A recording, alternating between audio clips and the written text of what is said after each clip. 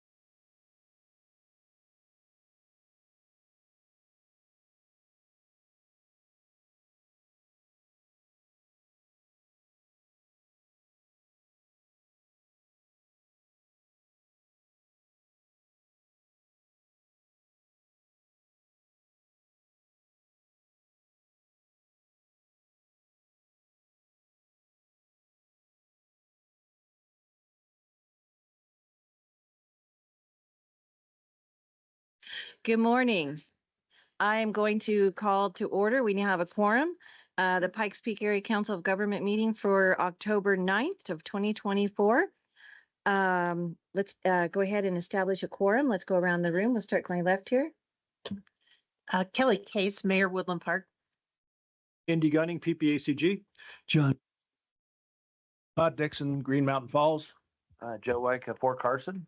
Hannah Parsons, Transportation Commission. Jeff Bond, representing Space Base Delta One, Peterson, Schriever, and Cheyenne Mountain. Yolanda. Eric Stone, Teller County Commissioner. Okay, and online as a board member, we have Mayor LeKind. Mitch LeKind, Mayor Monument. Okay, and myself, so that makes our quorum of 7 of board members, and then we do have 2 alternates online. We have Councilmember Chronic from Monument. And Councilmember Duncan from the City of Fountain. So we do have a quorum. All right, is that correct, Andy? Yes. All right, so first item on our agenda is agenda approval. Do I have a motion? Move to approve the agenda. Second. Okay, we have a motion and a second. Any deliberation? Seeing none, all in favor say aye. Aye. Any opposed? Okay, that takes us to item 3, public comments or presentations. Public comments can be made before or during the meeting. Public comments during the meeting is limited to 3 minutes and can be done at the meeting location or remotely by using the posted Microsoft Teams link. Individuals are encouraged to notify the meeting organizer at or before the start of the meeting with the agenda item they would like to comment on. Public comments can be submitted before the meeting via email to ppacg@ppacg.org for distribution. Do we have any public comment today? Anyone online? Okay, Mr. Gunning, you had a staff introduction. Thank you, Madam Chair. Just a really brief introduction. And Michelle, do you want to come on up here? Just want to introduce a new employee that we have. Michelle Brown is with our ombudsman team. Just an awesome group that cares for seniors, addresses all the concerns, complaints that we get from our seniors. in long-term care facilities. It's a really, really difficult job. Michelle just passed her certification with the state. It's a pretty rigorous process you have to go through, and joins our team with Kathy and Lori and Robin under Melody's leadership and Jody Barker's. So just really super happy to have you officially on the team now. So just wanted to introduce Michelle. Welcome, Michelle. Welcome. Congratulations on passing that test. All right, and let the record reflect that Commissioner Williams has just joined us. And we do have some military partners online, as well as Joe and oh God, I just want Jeff on here. We have I can't read your writing. I'm sorry. We have Colonel Don Warner from Air Force Academy online, and then I'm not sure DeGray, executive officer. I can't see read the first name. Okay. Right, sorry, Chris DeGary from Fort Carson. Okay, great. Thank you. All right, we have them online also. All right, so that takes us out of public comment into military installation reports. And y'all, since we have so many here today, can fight over who's gonna do what. Okay. Thank you, Madam Chair. Jeff Bond, representing Peterson, Schriever, and Cheyenne Mountain, have a few things to update the Board of Directors on today. Peterson's base Northgate project is still a little bit uncertain. We're hoping to have it done by the end of November, but there's a paving issue that is driving some uncertainty.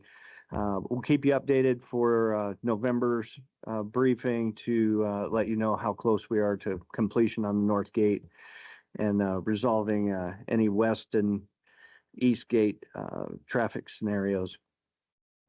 Space Base Delta One hosted Colorado Springs Utilities, Travis Deal and his team on September 27th.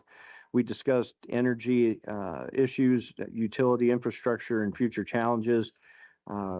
Subsequently, we met with the mayor's director of economic development on October 1st and continued the discussion on our installation interface and the surrounding community. Both were very productive engagements. The Schriever parking lot repaving project, the Peterson Base Exchange paving project, and some other horizontal infrastructure improvements continue to challenge some of the patrons on the installation and those of you who may be visiting to conduct business. So we ask for continued patience as we hope weather continues to be positive and we can get these horizontal projects completed before winter hits. On a better note, the CDOT Powers Airport Interchange projects come along great. The communication's been stellar, and our folks have basically been very pleased on how this project's coming along. The Association of Defense Communities Conference is slated for October 27th through October 30th down in San Antonio. Our Space Base Delta One leadership plans to have representation at this meeting, and we know that several of the members of this group are also planning to attend, so we're looking forward to that conference to better improve our community engagement and community partnerships. Want to thank those who restarted the Veterans Day Parade. I know that the military have always been energized at participating and attending that event in November, and we appreciate those who made the attempt to get it going. Finally, today's National Fire Prevention Day. Our installation fire departments are commemorating this day with educational and awareness activities across our local bases. We also want to celebrate the mutual aid agreements we have with our local municipalities. When disaster strikes, it's great to know that we have a community that comes together to serve and protect. So subject to any questions, that's all I have to brief today. Now, I wanted to thank you guys for the ride around Pikes Peak, Mayor Mobilotti and myself and a couple of council members on Monday on a C-130. Is that the right one? C-130. We can thank the great 302nd thing. Airlift Opens Wing up in for the that. back, and they opened it up when we drove over Pikes Peak and got to see Wow. what is it? The bridge, the great big bridge. What's that? Oh, thank you. Got to go to see the bridge and I was in the cockpit when they landed. So it was really cool. So if you get a chance, it's really an event. They reach out to the community to try to build relationships. And so if you get a chance, you get an offer. I would jump on it because it's probably pretty, they had done it pre-COVID.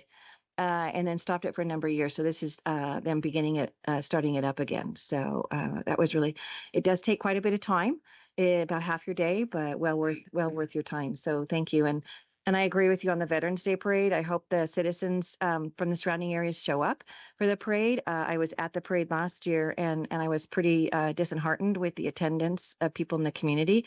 And so if you wanted to stay, let's turn out. So yeah. So all right, thank you. Fort Carson.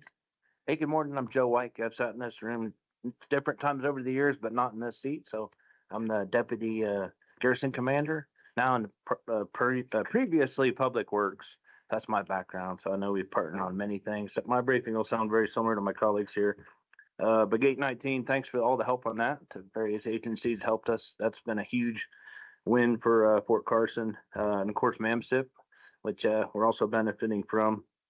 Also working closely with Colorado Springs Utilities on IGZAs, so you'll see some continued growth in that as we attempt to increase our resiliency of our water and electric and natural gas there at the installation. We'll also be at the EDC, so we'll probably see some folks down there. And two other things we're really working on with this group is REPI. So there's been some good opportunities. I know the Air Force, we go back a ways on the Army side, and the Air Force is working some things. So we continue to have some opportunities there that you'll see us working on with the group here. And really Pinyon Canyon, which is not necessarily directly tied to this group, but we were down there yesterday, actually, meeting with some of those local officials and looking at how we can not expand Pinyon Canyon, but enhance the training that we already do there. So we're clear to make that distinction that we're not looking to add any acreage, but certainly improve the kinds of training we can do down there. So you'll see us working that over the next several years. So subject to any questions, I'm just glad to be here back. Thank you. Glad you're here today. All right. Online, we have Colonel Warner. Warner? Yes, ma'am. Good morning from the Air Force Academy up here. Just a few updates. Last week, we hosted most of the Air Force and Space Force leadership out here for the annual Corona conference. A lot of strategic decisions being made by all the 4-stars and political appointees and SESs in the room there on some of the direction that we need to take as an Air Force as we go into great power competition. Here on the local level, happy that we don't have any gate or road disruptions right now to report to you all. We'll leave those to our fellow installations of the South, which I know are working hard on that with you all, and appreciate that. Similar to, as Joe mentioned, IGZAs, we're working through one right now with the city of Colorado Springs on watershed restoration. It has been staffed up to the Secretary of the Air Force, Deputy Assistant Secretary for Installations, Energy and the Environment. So we should hear back within probably, let's see, based on the timeline, probably in the next month or two on the approval on moving forward with that.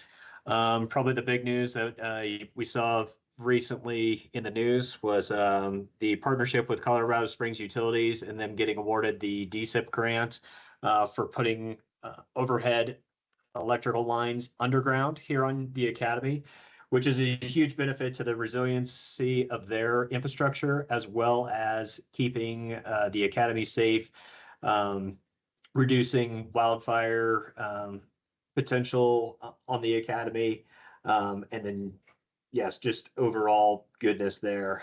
So really excited that we were able to partner with CSU and they were able to get that DSIP grant. And then just the other thing, it sounds, I did get word that the Pikes Peak State College, we were working with them, developing an internship program for some of their culinary students, so that they have a path and an avenue up here to get internship credit for their classes, and then we can kind of benefit from their outside look as we look at our Mitchell Hall operations, which feeds 4,000 cadets on a daily basis for breakfast, lunch, and dinner. So a great partnership with the community there, waiting back to hear from our civilian personnel office on some of the next steps on that and when that will come to fruition, but really hoping that that kind of comes into play in the spring for them and for us. So pending any questions, that's what I've got from the Air Force Academy. Oh, I think that relationship with the college sounds like a great idea. Get those kids, that'll be really fast training, boy, because that's like no place they'd work. Work again. Thank you so much. We're definitely looking forward to it as well. I know they come in with great ideas and a fresh, outlook on life, and we are ready for that kind of innovation up here. Right, right. I'm glad to hear the IGSA program's going on so well. That's a great opportunity for many of the military bases in our communities to make relationships, and we have several with Fort Carson and building on it. So yeah, it's a great relationship. Okay, and then we have DeGray online. DeGary? Hi, Chris? folks. Mr. Weicker already covered everything for Fort Carson. I have nothing to add at this time. Over. Okay, thank you very much. Thank you for being here. All right, anybody else from any military online that we might have missed? All right, hearing none, we will go on to the consent agenda. We have 3 items on the consent agenda, A, B, and C. What would the board like to do with the consent agenda? Mayor Dixon, I'll move approval. Mayor Graham. Okay, we have a motion and a second. Is there any discussion on the consent agenda that we're acting on as a whole? Seeing none, all in favor say aye. Aye. Any opposed? Okay, that passes. Okay, now action 5A, FY 25-29 Transportation Improvement Program Amendment Number 1, Jessica Betchel. Members of the board. Yes, so I'm bringing you today the TIP amendment number 1 to the FY 25-29 TIP, and that's the Transportation Improvement Program documents. And so there are 5 adjustments to this TIP for your review and approval, and they have recently been approved and reviewed by the TAC and by the CAC. And so what these adjustments are for, one of them is to add a new project for CDOTs. 2 are to remove projects. Details are in the memo. We can go through them more in depth if you'd like. The other 2 are to just add funding to current and existing projects that Mountain Metro Transit has in the TIP. They received some grant funding and things like that. So today, these are just up for approval to adjust to what's already in the TIP, and I'm here to answer questions, as well as John Hall from CDOT if you need any specifics on projects. Okay, does anybody have any questions or concerns on this item? I will speak up that since Fountain is having 2, it says remove. They've just been put other places for different funding or that doesn't meet the criteria. So I checked with my representative on the TAC and got all my information. So we are fine with that. So. Okay, no, see any hands online. Move approval. Okay, we have a motion. Second. Okay, we have a motion and a second. Is there any further deliberation? Seeing none, all in favor say aye. Aye. Any opposed? Okay, motion carries. Thank you. All right. We are on to action item 5B, bylaws update. Jared.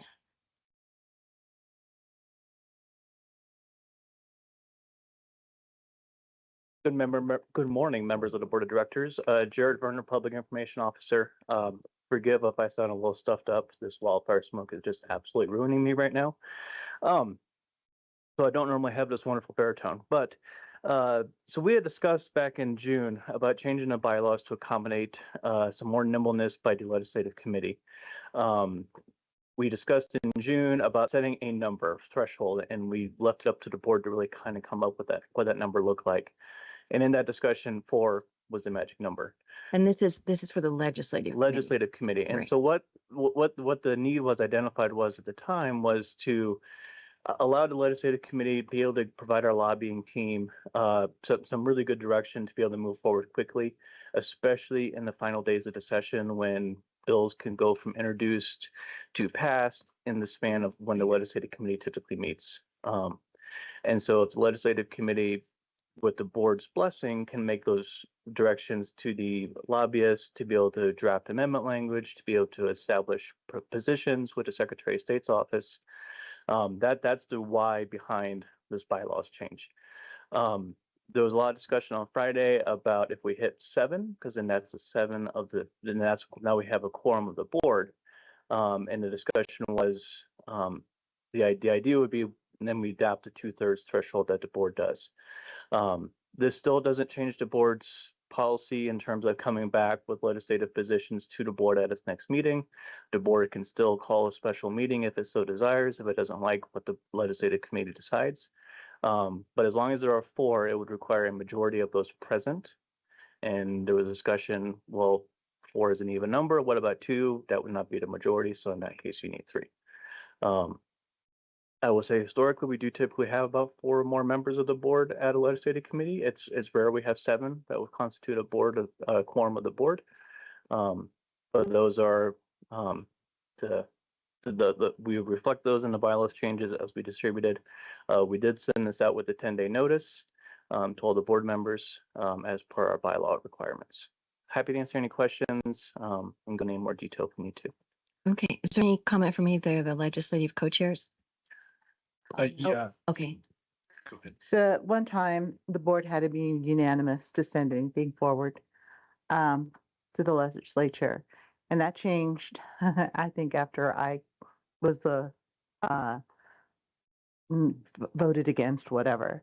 And so I'm really not comfortable with 2 or 3 people making that decision for the entire board. Even if it's only 4 that attend, I'm not comfortable with the 4 board members making that decision. So that's my comment. thank you. Mayor Dixon was in first and then we'll come back to you. Okay, Yeah, and I was gonna say, this really kind of came about when we got into the binds towards the end of the session. It got to a point where we were unable to provide any input. And that just didn't seem like the right way to go to me. And so, yeah, through the discussions, this is what has been put together, what we're proposing. And like I say, it really kind of came about when we were just unable to get any kind of position in due to the timing. yeah, because towards the end, when they suspend the rules, they can introduce a bill and get through all the readings and everything in like what, 48 hours or something? 3 days. Yes, 40, yeah, so 3 days. I mean, that's both houses Yes. in 3 days, yeah. Yeah. Okay, Commissioner Stone, and then did you want to say something? Okay, Yes. go ahead. Yeah, thank you, Madam Chair. Yeah, and thank you, Mayor Dixon, for your comments. And Yolanda, actually, if I remember correctly, and I wasn't on the board there, but I was becoming commissioner, I believe, when Norm Steen was chair, is kind of what, if I recall, what caused the change in the bylaws then was that essentially what was realized, and there was a legislative initiative sponsored by PPACG to do a study about EV fees to help with road funds. And there was one member of the board that disagreed with the initiative and essentially had veto power over the initiative. And ultimately, I think through the discussion on that particular member ended up just abstaining as to not have veto power. And then that precipitated the change. So not to disagree with your memory, but that was my memory of what kind of precipitated that. But, That was before you. I'm pretty sure it was before you. well, and I just do remember that one meeting where there was, I think it was actually Mayor Graham's predecessor. That's correct. It was Mayor Ken Jure, my predecessor. That was shortly after I was elected. He was still in office, though, but your recollection is consistent with mine. Okay, thank you. But yeah, and what this, not to completely repeat Mayor Dixon, but we were in a state of paralysis this last legislative session as bills were introduced and moving very quickly. Our lobbyist was able to basically utilize our basic tenets that we have in our legislative folder as their guide. But it's for actual opinions, especially in regards to the culture that we're working within now, which is, and I got to be honest, the culture that we're working within now is not generally to stop anything. I don't think anybody has the ability to stop anything right now, but we do have the ability to amend, to make things better, less bad. And with that, this gives us the flexibility as a legislative committee to do that. I also do want to point out that there is language, though, in the bylaw for any member to bring it back to the board, that we might take a position, but then the very next board meeting that can be taken up by the board, for a potential difference in direction. But this does give us that opportunity to move quickly. Thank you, Madam Chair. Yes. Mayor? Eric covered what I wanted to say. Thank you. Okay. And we need to remember the legislative committee is operating under the policies that the board adopts earlier in the year. And so that's where they're what's the word I want? Guiding document. Thank you. It's their guiding document. And we have had members over the years try to bring things in that were not in those policies and procedures. And the committee pushed back and said, gun control doesn't fall under, or wasn't going to name names, but and I know we're passionate about certain things, but we have to stay in our wheelhouse, and which is within our policies. And I think the board is really, the committee is very careful about doing that. So, And that's my concern, is staying in our wheelhouse, and sometimes Yeah. we're getting the culture wars, and that's my main concern. yeah, I appreciate that. And we try really hard to be careful about that, but I appreciate that point. Thank you, Yolanda. So, alrighty, any further discussion? I don't see any hands online. Jared's not back there to monitor the hands, so. Okay, alrighty, with that, I will maintain a motion. Go ahead. I'll move to approve the bylaw changes for the legislative committee as presented. I'll second John Graham. Okay, we have a motion and a second. Do we have any further deliberation? Contract. So Jared, do you want to introduce Jennifer? Thank you very much. I want to thank the legislative committee co-chairs and the legislative committee. We went out for proposals this summer to look for new lobbying partners. We got some really qualified candidates coming back. It was really a very deep pool.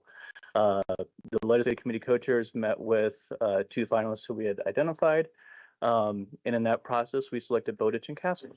So Ed Bowditch and Jennifer Castle, they have a lot of experience working with county level, city level. They also represent the Denver Regional Council of Government, so they are very familiar with what we do with MPO and aging services. And they do a fantastic job of, while us and Dr. Cog probably agree on a lot of things, there may be some things that we don't, and they do a good job of balancing that out. We're very confident in them. I believe Ed is traveling on the Western Slope right now, but we are very pleased to have Jennifer Castle online. Welcome, Jennifer. Thank you very much. It's great to be here. We appreciate it. All right. And so those of you who are interested in the legislative committee meets right now on the off season, quote unquote, right? We are meeting the first Monday. Is that correct? First Monday at 8:30, all virtual. So you're more than welcome to come, and that'd be a great time that we look forward to getting to know Jennifer and Ed better. All right, thank you. And legislative co-chairs, thank you for your hard work on that. Appreciate it. I would not have wanted to be in your seat. I knew most of the people that applied, and all good firms. So you had a hard job. And I will just give kudos to Jennifer. She joined us on Monday. We asked her every single question about the bills that came out of the TLRC this summer.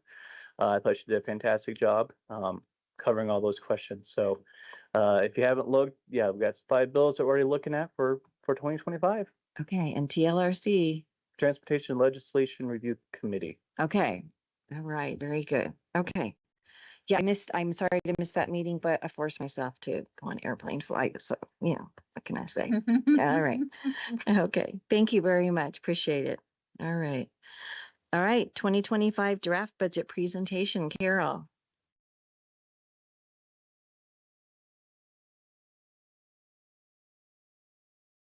I don't think your mic is on. That's funny.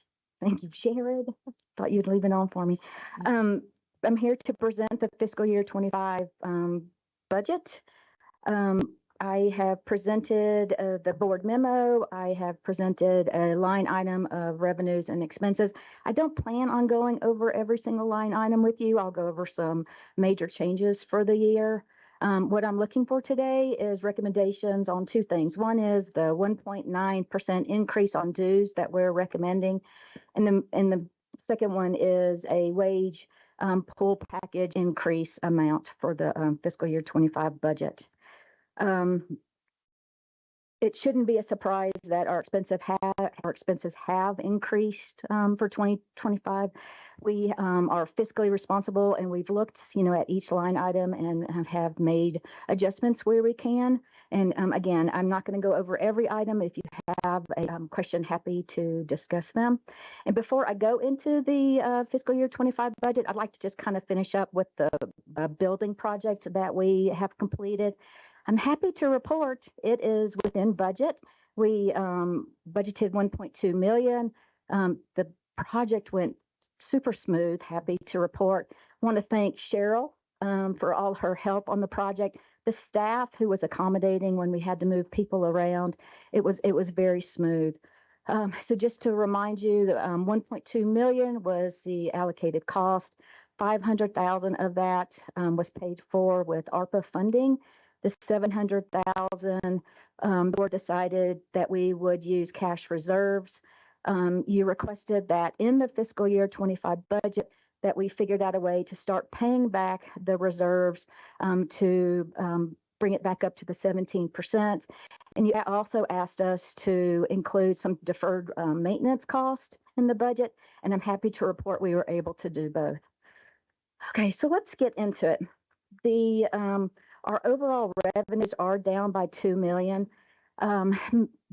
Basically, it's the majority of that is due to the ARPA funding. Last year we had a $2.2 million ARPA funding budget that will be used up when we go into the 2025 fiscal year. The military planning budget has been reduced. The project scope has been changed for 2025. But really, I think the most exciting thing that's occurred for 2025 happens in the transportation department. Not only does their budget increase slightly, but the CDOT has figured out a way to issue us a grant that we can braid these funds to help offset match requirements. So that is definitely just an inset of cash that is going to be going into our budget that we'll be able to use in other areas.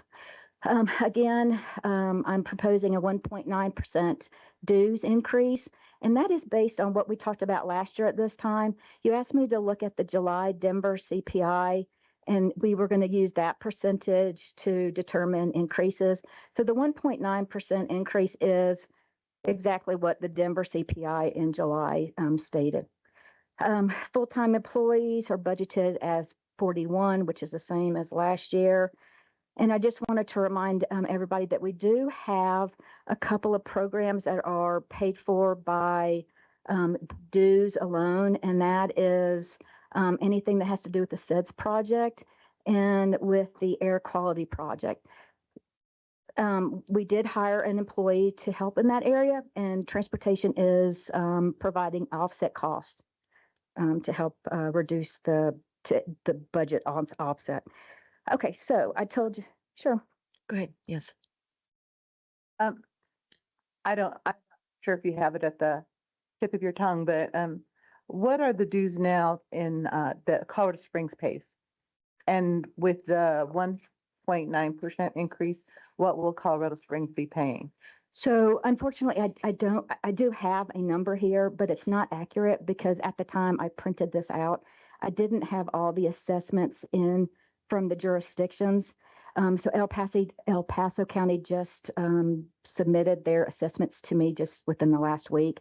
So the calculations aren't correct, but I'll be happy to get those to you as soon as possible. Okay, thank you. We do have the estimated total, right? It's So- definitely estimated, yeah. So last year in 2024, Colorado Springs paid 236,370. And it with the proposed, that's like she said, under the old assessed values, it would bring it up to 240,862. Does that help, Yolanda? Yeah. Okay, okay. You're welcome. Okay, so again, in your package is the wage package increases at a 3% rate, at a 4% increase, and at a 5% increase. And I will be looking for feedback of what your jurisdictions are looking at for wage package increases. So just wanted, the next slide is the budget process overview. And I just wanted to remind you of what we've been through. We did a salary survey back in 2022. We did budget for 2025 to do another salary survey. And really the other important piece of the budget process is we need to have a final budget approved by December. And then the third slide, which is called the member dues analysis, it's a lot of information. I realize that.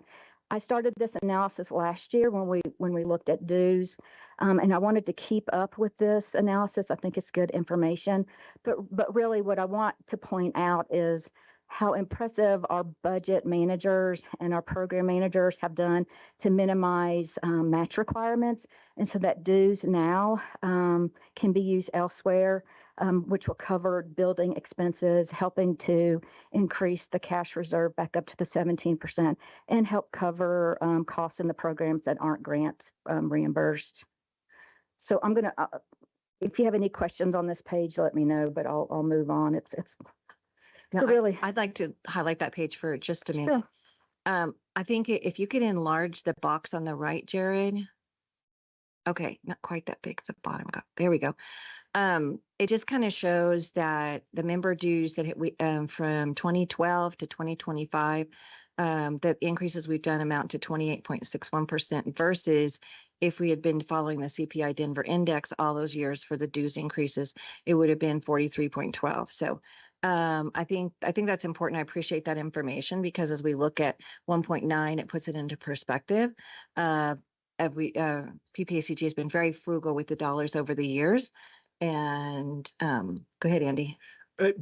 You're making the point that I was going to mention as well, and we're not proposing a catch-up provision by any means, but with the great work that we're doing in the AAA to capture in-kind match instead of cash match, the great work we're doing with CDOT to rework and get a $300,000 essentially bit of a waiver or just another way of meeting the match requirements. We're being as creative as we can so we can stretch our local dollars. So we're getting a lot done with the amount that we get, and there's always more to do, but I think we're in a really good position there. Okay, thank you. yes, thank you. I appreciate that. Okay, so the last slide really is specific to the wage package increase. Again, I've given you examples for a 3%, 4%, and 5% wage package increase. El Paso County is suggesting about a 4%. We reached out to Dr. Cog. They're also looking for a 4% increase. And so then I break down by how much it would cost us. And over the 2024 fiscal year budget. And if we went with the high 5%, the wage benefit budget would increase by $200,000. I am confident in saying that our budget could handle a 5% increase, or I wouldn't have included it into this report. And then at the bottom, I give you a breakdown of how the funds are broken out. Salaries is 77%, the taxes and retirement, and then the insurance benefits. So with that, I will open it up for questions and comments and feedback, please. What I'd like to do is since she wanted two separate things, I know we're going to probably kind of talk a little bit about the employee rate increase. I'd like to see if anybody wants to approve the 1.9 membership dues first, and then we'll enter into a separate discussion on the wage increase. Andy, is that okay with you? That works just fine. Yeah. And Okay. You can take a vote if you want to. It's not Oh, that's right. necessarily This isn't if a it's a voting head thing. nod. We're saying- providing guidance. Yes. Okay, it's not a voting thing. We're going to provide guidance today. Yes. Okay. All righty. So let's talk about the 1.9% member dues increase. First, Holly. I do believe that feels reasonable to me. Okay. I would agree. Thank you. Okay. Thumbs up over Yeah, I there. actually had a question. Okay. On the CDOT funds that we're getting in for match, is that a recurring or is that a one-time? Well, cross our fingers, it's recurring, but officially it's just a one-time. Okay. And really specifically, we won't, those funds are fiscal year 25 funds. And so we probably won't be touching those funds until mid 2025. So actually it'll roll into 2026 naturally. But hopefully Okay. they're not promising. That's for thank sure. I have a question too. Okay. It looks like we're replenishing our reserves to 138,000, 222. Is that what it says?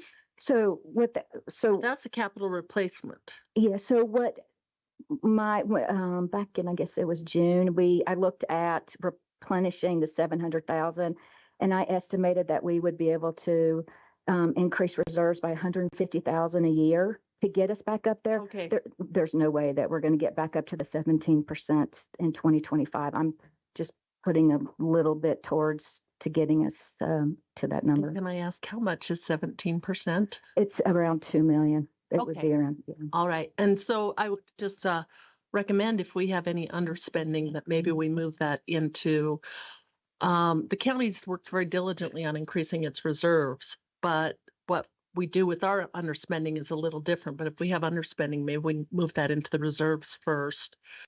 So a portion of it. We like to reward our department heads when they underspend by giving them a chance to get a project done sooner. So And giving it back to them. Yeah, so for our organization, that's a natural occurrence. Yes. If whatever that's left over will naturally go into our reserves. So I'm just saying over and above what will be naturally going to our reserves every year. I'm estimating that we can put in an additional 138,000. Okay, good question. I really appreciate the way we use that money, though. That's what it's there for, right? Is to use for spending, and that saved us an extraordinary amount of money over the life of a loan for that HVAC system. So, okay, any other questions on the budget? Not a question. I'm No, sorry. you I'll go defer ahead. to. Okay, Okay. No, I would support the 1.9. I Okay. think that's reasonable. okay. I would agree with that too, but I have one question. What is the percentage of our reserves projected for 25? Do you know? That's a great question. I don't know off the top of my head. That's okay. Our goal is 17. Our goal is 17. My guess would be probably around 10 or 11. Okay, I can look at it. Okay. Thank you. Okay, any other questions? And I don't see any thumbs or anything online. Mayor LaKind, are you comfortable with the 1.9? Yes, I am. Okay, thank you. Oh, we've been joined also by Councilmember King. My goodness, Monument is being well represented today. All right. Okay. So I think you have the guidance from the board for the 1.9 dues Yes. increase. Okay. Thank you. All righty. So any other questions on the budget before we go on to the wage increase? Okay. Anybody would like to, we have 3, 4, and 5%. Andy, do you have from your CEO seat, do you have a recommended that you're comfortable with? I recommended at the workshop last Friday that 4.5% felt about right. But we're open to feedback and direction, obviously, but it's roughly consistent with where El Paso County is, Dr. Cog to the north of us. As Carol mentioned, we could make 5% work within our grant program, but need to be mindful of what our partners are doing as well and not overreach. So that would be my suggestion, but this is our first chance to really talk about it too. Okay. Input, yes. So at Colorado Springs City, we're just now going into our budget season. So we just got our budget books on Monday.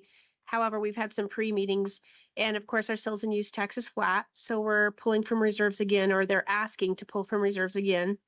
And in their first proposal, the way our budget is based on sales and use tax, and they're down, they were only looking at giving police officers a 2%. So I'm going to have a real hard time supporting a 4.5 or a 5%, considering that the city employees will be lucky if they get 2 to 3. And even talking about police officers, I just think we can't outgrow this problem. Government can't outgrow these issues. And even though I support the employees 100%, I know they work really, really hard. I support the increase of dues because it does come back with an ROI.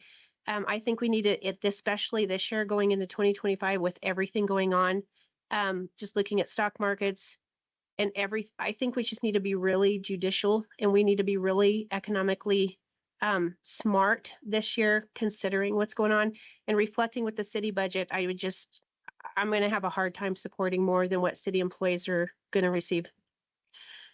I respect that.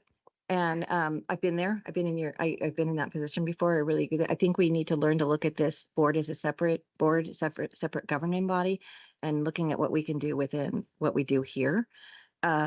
Because we're so diverse in our different cities on what we can do. So that would, but I respect your opinion completely. I don't disagree, but if you even look at private sector's having a really hard time too. And I just think that it reflects poorly when government's spending that way. If I might get to 4, I'm going to have a hard time at 4.5. Just even in private sector, in our own businesses, we're really struggling doing that. And I think, again, perception is reality. And with, the funds being down in ARPA, I mean, I have a hard time looking at budgets when they say our budget's down because we're not receiving ARPA funds. Well, ARPA fund was a whole special circumstance. If you went back before ARPA and you didn't even have it, and you took those years out, are we still tracking the way we should be tracking? Because that was ridiculous. That influx. And I think that excused some things because of the ARPA funding. Mostly in government. I mean, private sector didn't get near as much and they still had to continue. But I mean, even in the private sector, businesses aren't able to do that much either. And I think the perception of government when we spend that way does not look good. It just doesn't look good. Not that we don't support the work, and it's great work and they're working really hard. I get that, but we can't outgrow this problem. And that's what we're doing, is we're just stacking on, and we continue to just add to these budgets. How are we going to get to a 7%? And I know you don't work on sales and use tax. I get that here, but I think that we just need to look at this from an economic level. I think we did a really good job last year, or not last year, but doing the HVAC pulling from reserves and not spending money on interest. I think we're making really good decisions, but I would just caution when, other places are really feeling the pain, how that looks. Right. I'll go ahead. I just wanted to clarify, Andy, did we use ARPA for anything besides capital one-time expenditures? I don't believe so. A lot of it was passed through, and then we used it for capital and I think some other AAA services, but not for. So it did not go salaries. to operations based on the most part. Right, that's Probably correct. no operations came from one-time funding. Correct. Thank Is you. that right, Carol? That is correct. Yeah. Madam Chair, Oh, thank you. Yes. aren't most of the salaries funded by grants, and are a percentage of it is, can you answer that? Yes, they are covered by grants.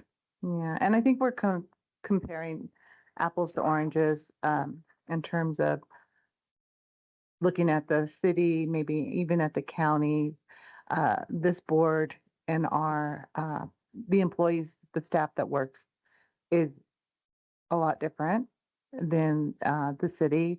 And we're looking at grants, and we have to be sure that we stay at market rate or around there so that we can maintain our employees, because it costs a lot more money to get new employees and to bring them up to speed. So I just like that to be considered. Thank you. You made the point I was going to bring up. Thank you. Commissioner Stone.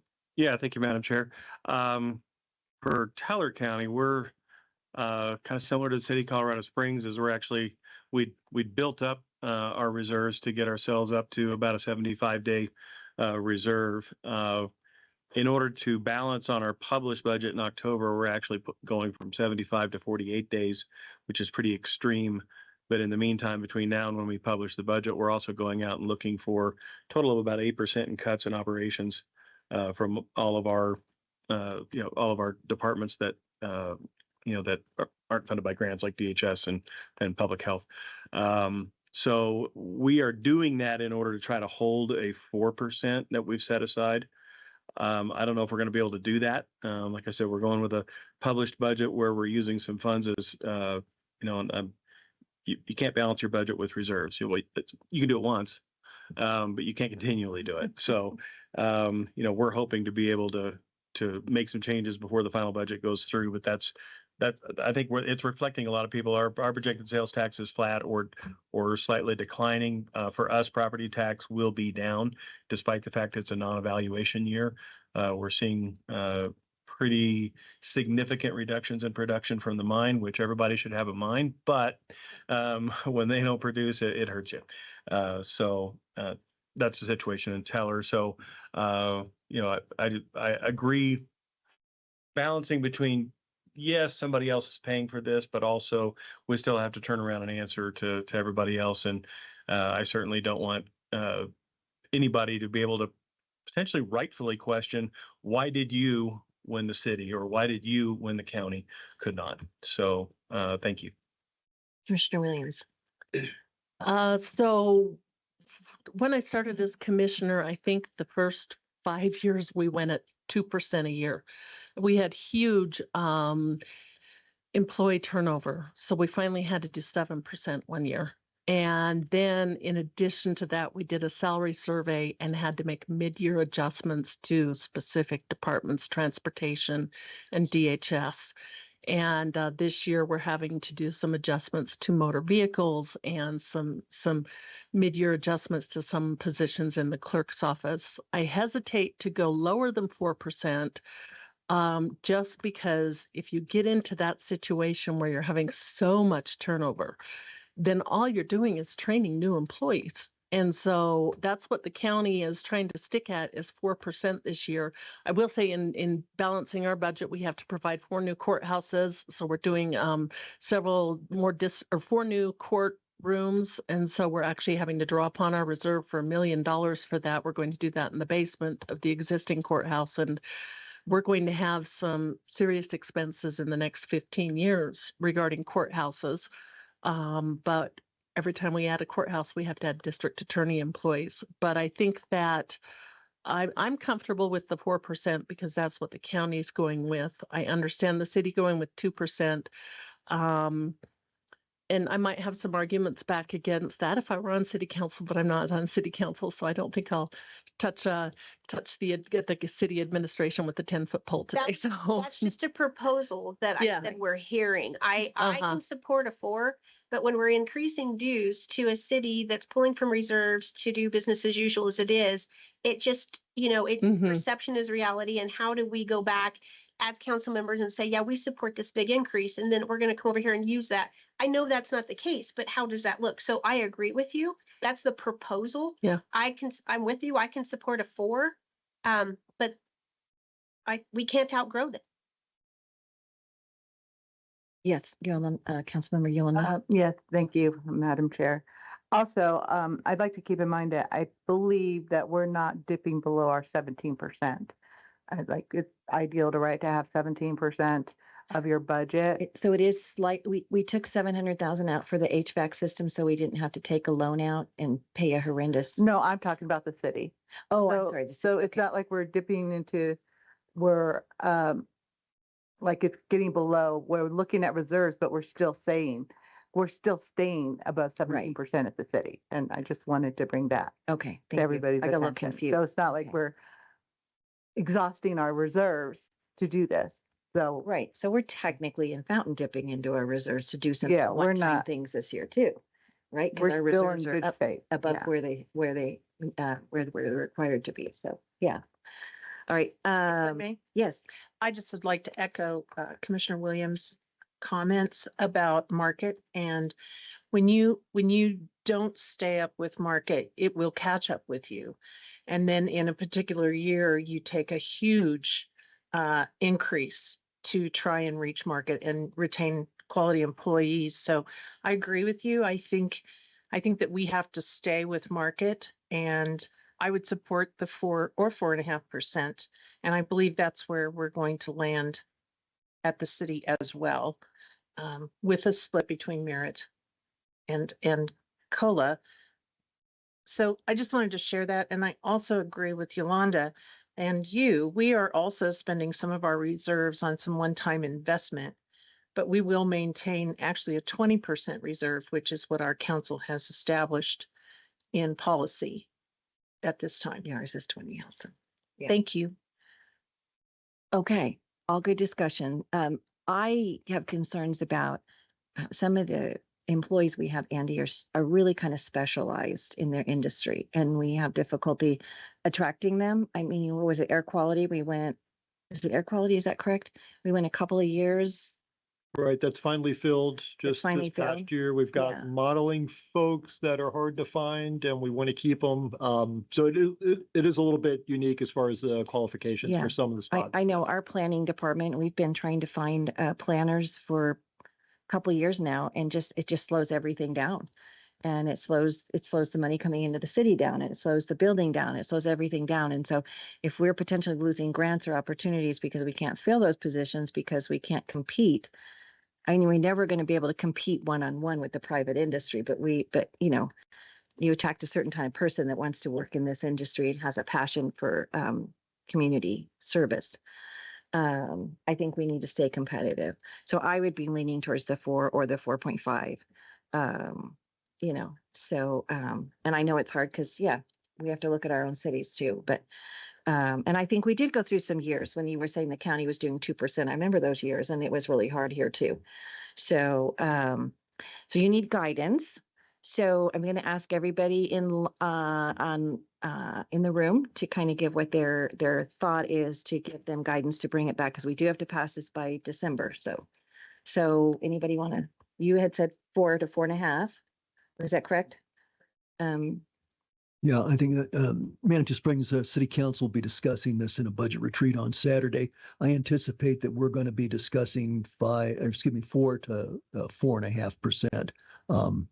Part of that, I think, would be about 2.5% COLA with a 1.5, possibly a 2 merit differential. So, and the merit wouldn't. Well, it obviously it's going to be awarded a little differently. A couple of our concerns in talking with our city administrator is we've had a real problem with staff retention this year, and we're being outbid by other operations. The opportunity cost is that we don't have people with the level of experience we need, and we have some fairly aggressive programs. There's a lot of deferred maintenance. So I guess I would be more inclined to have a solid workforce and get things taken care of. Yeah, so that's my thought. So you would say 4.5. I Okay. could accept that. thank you. I would probably say 4% is what I would probably go with. And knowing that it's 100% pay for performance here always helps. So, because we do a COLA at the county too. We do 2.5% and then 1.5 pay for performance. And I won't even run through the math on how we do bonuses. It was above my pay grade. So Mayor Dixon? So yeah, small place like that, we're just trying to keep the doors open.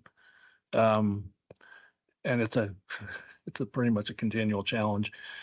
One of the points though that I'm seeing with over the years is, we usually get these budgets coming in. And okay, so initially the budgets may say, okay, we're going to dip into reserves. But then you look at the end of year, once we get our audit numbers, and we're actually, in some years, we're bringing in more than what we spend. And so I'm kind of wondering if there's a piece of information here in historical, what we've spent versus what we've brought in, that might be a piece of information. I'm okay with the 4.5 area, probably more leaning towards the 4. But I'm kind of wondering if there's a piece of information there that might be helpful in helping come to a decision. Okay, Andy, that's a good question. 90%, probably 85 to 90% of our budget is grant reimbursable. Is that correct, Carol? Yeah. Roughly between state and federal grants. So we don't really, from that standpoint, we can't bring in more than we're going to spend, because we have to spend it first and then get reimbursed for it. On the local dues side, it's pretty equitably balanced. I mean, some years we do have some that's left over, and that's where it's going back to, as Carol was describing, to replenish that reserve fund that took the hit this past year. But that's fluctuated. We've done a much better job the past couple of years meeting our match requirements that are required other ways through in-kind contributions and the AAA and other kind of soft match things like that. But we can maybe put the numbers together to show what was really needed as far as, match going back the past couple of years. But I think it's pretty much exhausted by the end of the year. Yeah. Yeah. Can I add to that? So We do have some grants that we don't budget for because we don't really know what they're going to turn out for the year. And I believe that's really where the excess revenue occurs, is when we do get these grants that they just kind of appear at their will, and they are not on the budget. Lynette? Your 2% is where you were staying at? No, I said 4. Oh, okay, I'm sorry, I didn't hear that. Yeah, Okay. multiple, no, I said. I 4. heard you say it, but then I wanted to make sure. No, I was just saying the proposal over there was these numbers. Yeah. We're not through budget. We just started budget, but I was just giving you an indication of what that looks like there. Right. As a mayor, for perception is reality is all I'm saying. That is, I just more fiscally conservative, I suppose, but I can support 4. Okay, thank you. Yolanda? I would like to support the 4.5, but I'm seeing people are leaning toward 4, but I've wondered if you consider 4.25. Okay, Eric? Nope, you're not on. I mean, at this point, I would support 4, but not higher than 4. Okay, I gotta go back and count. Andy, let's do some tallying. 4 to 4.5. Okay, 4. Okay, 4 to 4.5. okay. 4. Yolanda, 4.25 or to 4.5. 4. I'm 4 to 4.5. So, I'm 4. This is Mayor Mitch, Yeah, Mitch is at 4. Okay.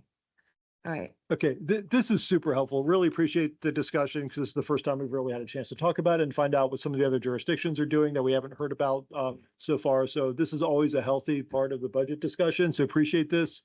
And we can come back with, you don't have to decide it today and land on a specific number, but we'll have a 4%. And if there was interest in doing, say, 4.25 and a 4.5% as an outlier, we can bring all 3 of those back. And then you can vote on what's behind door A, B, or C in November. And that works just fine. How many employees do we have? We budgeted 41. 41. Okay, so I'm just kind of looking at between the difference between the 4%, which is 159, and the 5%, which is 200. That's about roughly $40,000, right?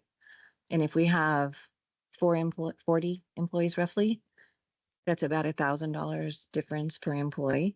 So as that puts it in a different perspective for anybody, there's not an overwhelming huge difference between. I'm just waiting for somebody to correct me because I don't like to do math in public, but that over $1,000 per employee is not an overwhelming amount of money for difference. So if we're looking at 4.5, that even splits that in half. So I really, yeah. So think of that, everybody, in the next month while we're mulling it over. How's that? Okay. All right. Great. All right. So we're going to bring back, I'd like to bring back 4, 4.5 and leave the 5 on there. What the heck? I mean, I could bring back 7 and it really put everybody off, I did that to our staff in Fountain one year and they about fell off their chairs. Okay. Okay, All right. so just to be clear, no 4.25. Bring it back. Oh, Go bring it ahead. back. Okay, gotcha. Go ahead. Yep. Okay, thank you. No 7. No 7. Fair. I tried. That's fair. Thank you. The beach on that one. All right. Thank you. All righty. There's my agenda. Okay. All righty. That takes us on to the Executive Director Evaluation. Sherry.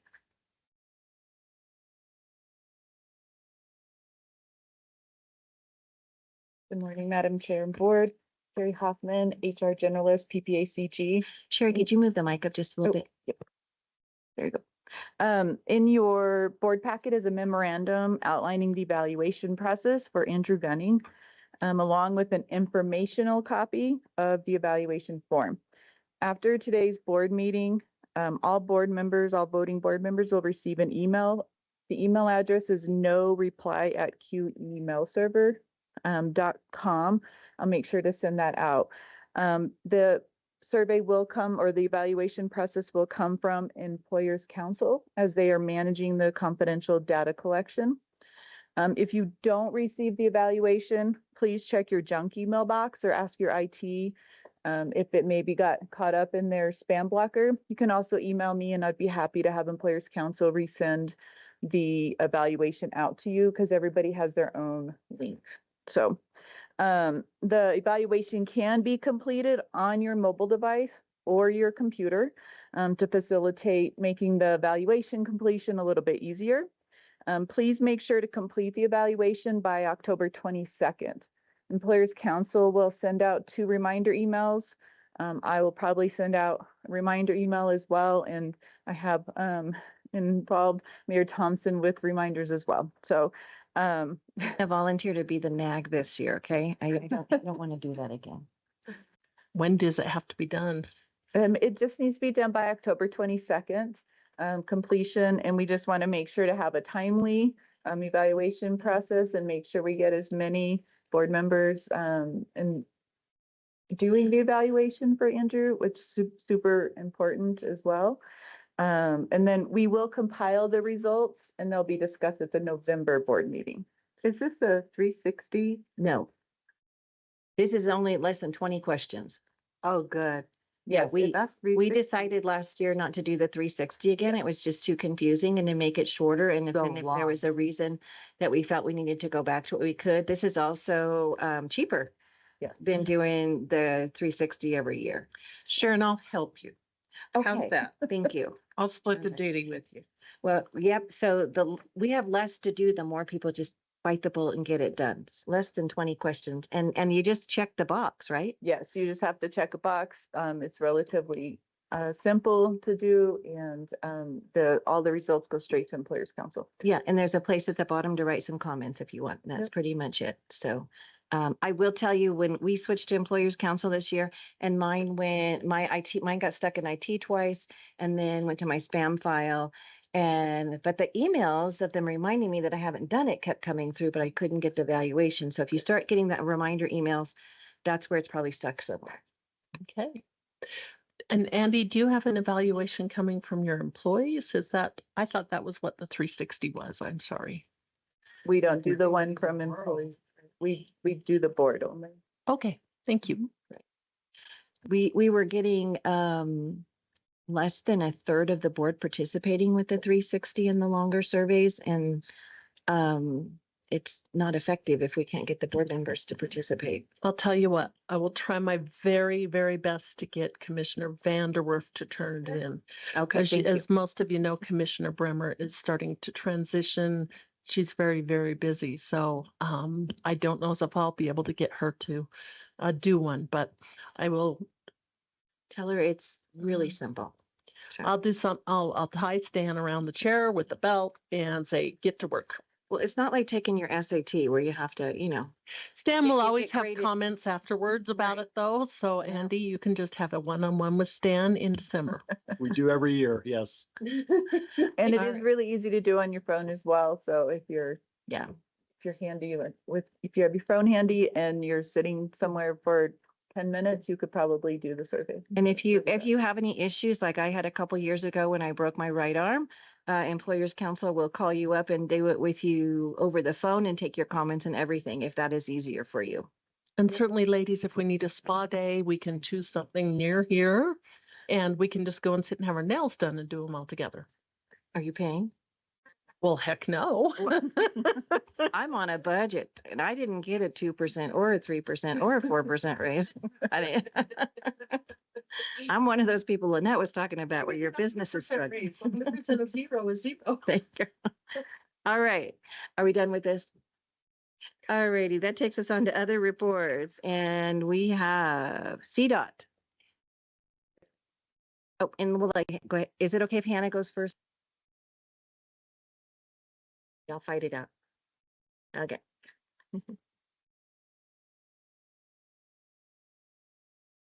Okay, just the usual project update is all I have. So active construction projects, I'll run through them real quick and see if you have any questions. MAMSIP I-25 reconstruction, ribbon cutting was yesterday. Yeah. So although there will still be some work, just closing stuff up, punch list and all to continue. Stormwater Garden of the Gods is in full swing here and we're pushing hard to get that first major traffic switch over to the west the southbound traffic switch. ADA ramp reconstruction, most of the ramps are done. The biggest thing is supply of the push buttons and some of those technical, more detailed IT-ish type of things that are a long lead nowadays. Powers and airport interchange are progressing really well. Anybody's driven through there will see the piles for the bridges already, in place. Have been there for a little bit actually now. Baptist Terrazzo Roundabout is also in full swing here, continuing. The Midway resurfacing project down south end of the county by the Pueblo County line there by PPIR is wrapping up. Paving is done on that. And signal replacements up in Woodland Park are actually wrapped up too. There have been some of you might have seen some recent emails saying that that's finished off. That did include what that project ended up putting in that improvement at the cliff dwelling swell. So wait, I do have that right. The cliff entrance, right? Not the Cave of the Winds. Yeah. Cliff Dwellings Road, yes. Sorry, I get those confused. New construction projects kicking off. Carson Boulevard T intersection there on US 85 is in swing here too. I just mentioned the cliff dwellings. That's actually wrapped up. Emergency repairs at the CBC at Powers and Grinnell. Those you might not be aware of it. There's probably have about $1 million worth of work. You guys actually approved an action to put some funding in that just now today. So it might end up needing more. We're really having to see let's get the final design and get work going on that. But it definitely is a risk to Powers Boulevard, so we got to get that addressed. And striping throughout the PPACG area as well. Planned future projects within PPACG for 2025 right now are 115 resurfacing Nelson Boulevard to Brookside and 6070 north of Woodland Park improvements, re-advertising that project. So we're just about there to get that project re-advertised. If you want to flip to the second slide, I can just real quick burn through Central Front Range projects in the area as well. So 115 reconstruction, that's also, we had the ribbon cutting, we're really just wrapping that up. 9 and 285 reconstruction up there in Park by Fairplay is also in the final stages, not ribbon cutting stages yet, but they're really getting some final paving over the next couple weeks. The Alma and Grant chain-up stations, we finally got the parts we needed to finish that off and get the lighting going. Resurfacing east of town here from Falcon to east of Peyton on US 24. Paving on that is also completed. So we got striping and things like that still to wrap up. US 50 resurfacing Salida to Coaldale, way out west there. But it's also wrapping up on the paving. There's just bridge work going on right there. Planned future 2025 construction projects in the Central Front Range are resurfacing from Florissant to Divide and 285 up in Bailey, resurfacing as well. Take any questions? I have one comment. I know that Commissioner Dick Elsner wants everybody to know the Leafs are down. Oh, they're So down. don't come up. And that's what he said at the Statewide Transportation Advisory Committee. They're all gone. So. Yes, and then Mayor Dixon. Yeah, thank you, Madam Chair. Although yesterday on Gillette Flats, there's still one super cool patch of orange. All the yellow's gone. They're gone. They're gone. Somewhat. Actually, I just want to give some kudos, John. I don't know about the mayor, but I was super nervous about the signal replacement in Woodland Park, having gone through what we went before with getting the timing right and some of the impacts of people bailing off of Highway 24 to the city of Woodland Park. And I just want to say that went swimmingly. I was concerned because of the timing of it, and turning them all on was right before leaf peeping season going into it. And I didn't even notice when they did it. I thought it was just as smooth. Very clean. Yeah. Just as smooth as could be. They did a great job. The only thing that was had impacts was the turn lanes really going right turn lanes, right-hand turn lanes were down, but that didn't stop anybody. We still have beautiful leaves in Woodland Park. So we're a little bit lower elevation than up by Cripple Creek. So the ones on my street are amazing. And 67. Party at Kelly's. Party at my house. 67 at the widening that we did north, by. Did you know they were doing work out there? Oh, no. It's by, Did you know they were doing work out there? Oh, no. it's by Level Gulch right before you get Just, to the. in other words, just keep sending money, but you don't know about it, Project, right? No, So I think probably it might not, have been an but accessory it was project. on our list at one point, and it is winding up actually, and it's Yeah. wonderful. So Yeah, Thank you. that one was a little more painful, but it was painful. but- Yeah. it's getting A lot done. of whiny people about that one. Yeah. So thank you. Yeah, okay, so I actually have a kudo as well. I had actually entered in something online for a recommendation on Highway 24 and Green Mountain Falls Road for an acceleration lane on, especially as you're heading to Woodland Park. It gets sometimes a little dicey right there. I actually got called back within, I think, a week to 2 weeks from someone from CDOT that basically said in FY17, they do have plans to add an 17 or 27. 27, pardon me, FY27. I was hoping you were up on the list if 17 was right. No, no, pardon me, FY27. Should be top of the It's been a list by long, now, right? it was a long day. It was a long day yesterday. But anyway, FY27, they actually said they have plans to add an acceleration lane, and not only that, but coming from Woodland Park to kind of shift that right-hand turn lane over a little bit to provide additional visibility. Of course, some of my constituents come immediately back with, when are we getting an overpass? Yeah, but I just want to say kudos for having, for the responsiveness for something that just went in online. And before you know it, it will be 2027 because the years are just flying by. So, And Commissioner. with both of those real kudos, I can just say I'll pass those on to our traffic section. So those are very focused on our traffic unit. You know, they're independent down there in Pueblo, but they do a really good job of getting a lot of these projects. Really, all of those kudos have to do with them more than my specific staff. They got him away from the But I Denver will make sure to pass that on. Do you know, if I can ask, how long till the Fillmore to the Garden of the God reconstruction makes a difference? Gets done It's going to be next year? It is unlikely to be completely finished at the end of next year. It's probably going to spill into 2026. So a spring and early certain summer. person gave me a tip, which, Lynette might need to know. Just drive in the right lane, get off, get back on after Woodman. That's what I did today. I drove in the right lane. I got off at North Nevada, drove through the two lights, got back on, got off at Garden of the Gods, and then went over to Chestnut, got back on at Fillmore. And Now you just gave it away to everybody listening. I know, but you know what? 4 weeks ago, it took me an hour to get downtown, and I didn't do that. So to preserve my mental well-being, I did that today, and it worked very well. I advocate just joining me at about 5 a.m. in the morning and you'll be just fine. Yeah, you call me at 5 a.m. in the morning, and you're going to get someone very grumpy. I thank you for the green tea intersection down in going and Fountain. Still amazed at the amount of work they're moving and how to widen it, but it's going to be great. And they're keeping it open and keeping traffic flowing during it, which is really, really good. But since they're going to be there paving, could they pave all the way up to Fontaine? And because all those patches are just popping out, you know that. So they're there, right? I just always got to ask, right?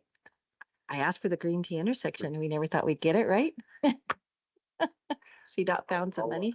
I'll let that one. Madam Chair, Yes. if I may, and I also have kudos, John. Thanks for getting the Cave of the Winds Road and Highway 24 situation cleaned up. That was a long time coming. I know it caused Shane and Jason Nelson quite a bit of vexation. And even in the 11th hour, it looks like we were going to get stymied on the thing. But there was a simple, cheap, I think the additional cost was about $0. I love that. you got it fixed. It'll make Highway 24 westbound a lot safer, not just for Manitou, for everybody who uses the road.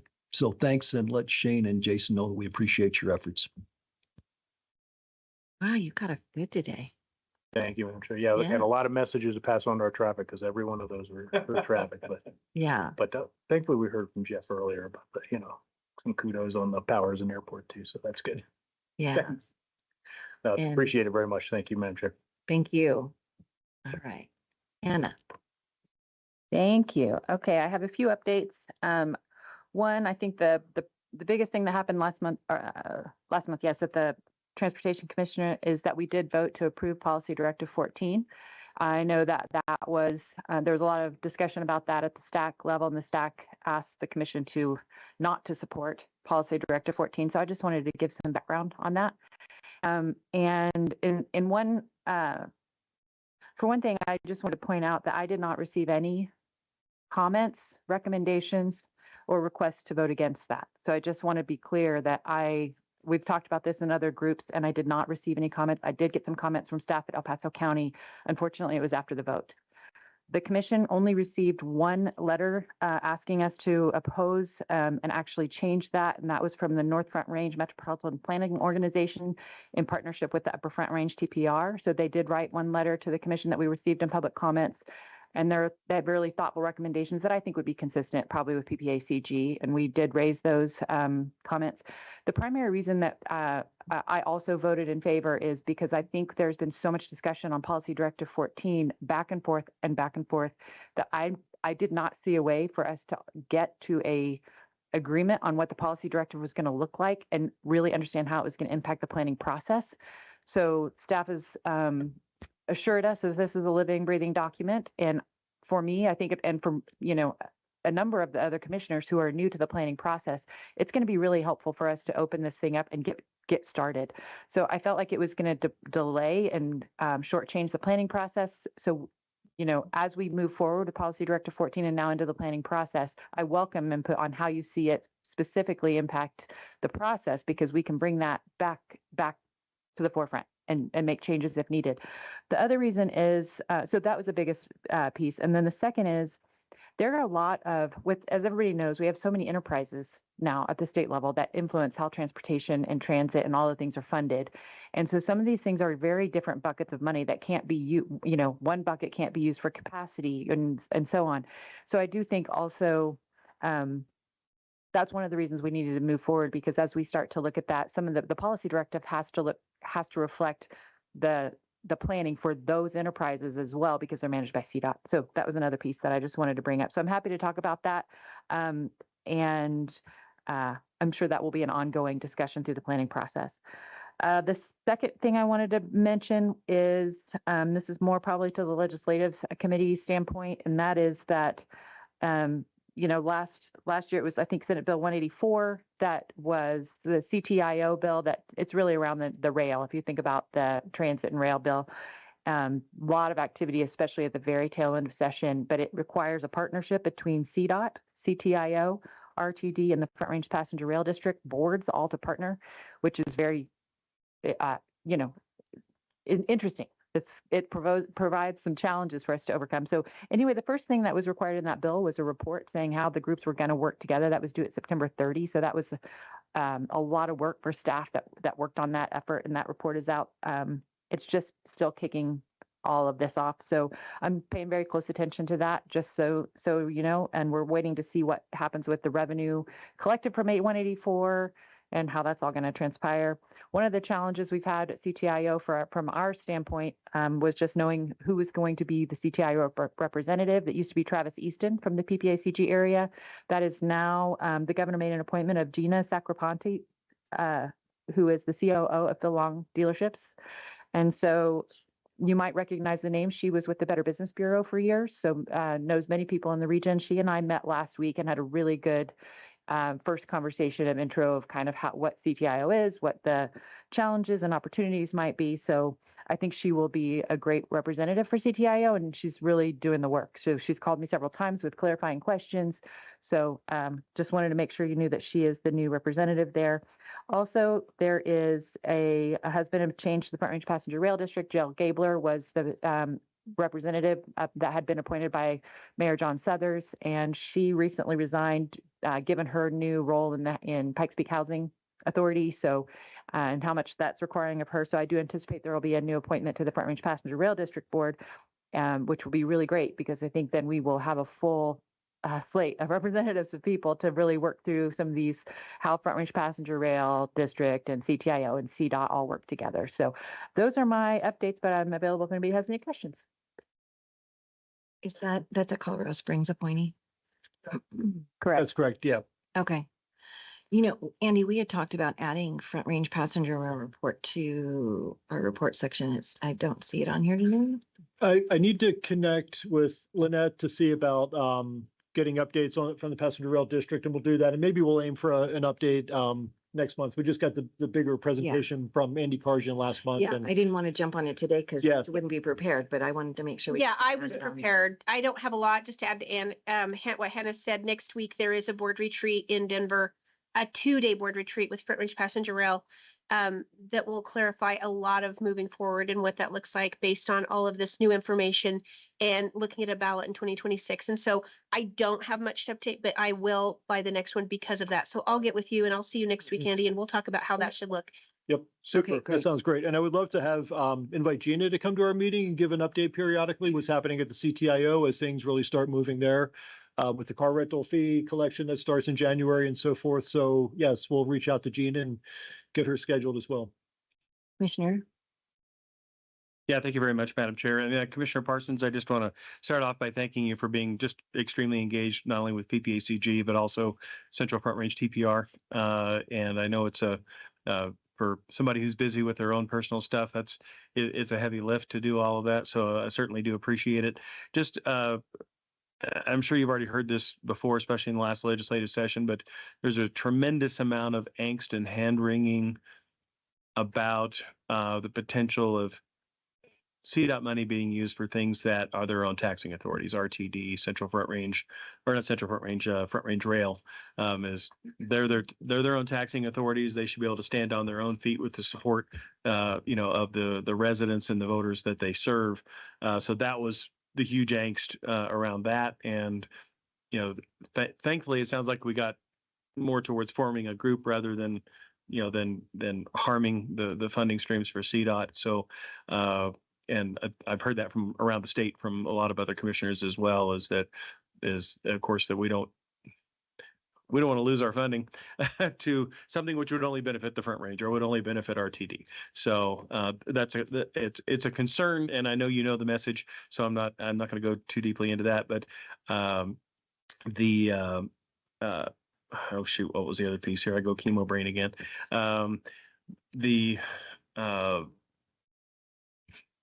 So Front Range Rail, and then, well, shoot, I can't remember the other point, but I'll catch you afterwards because it'll come back to me.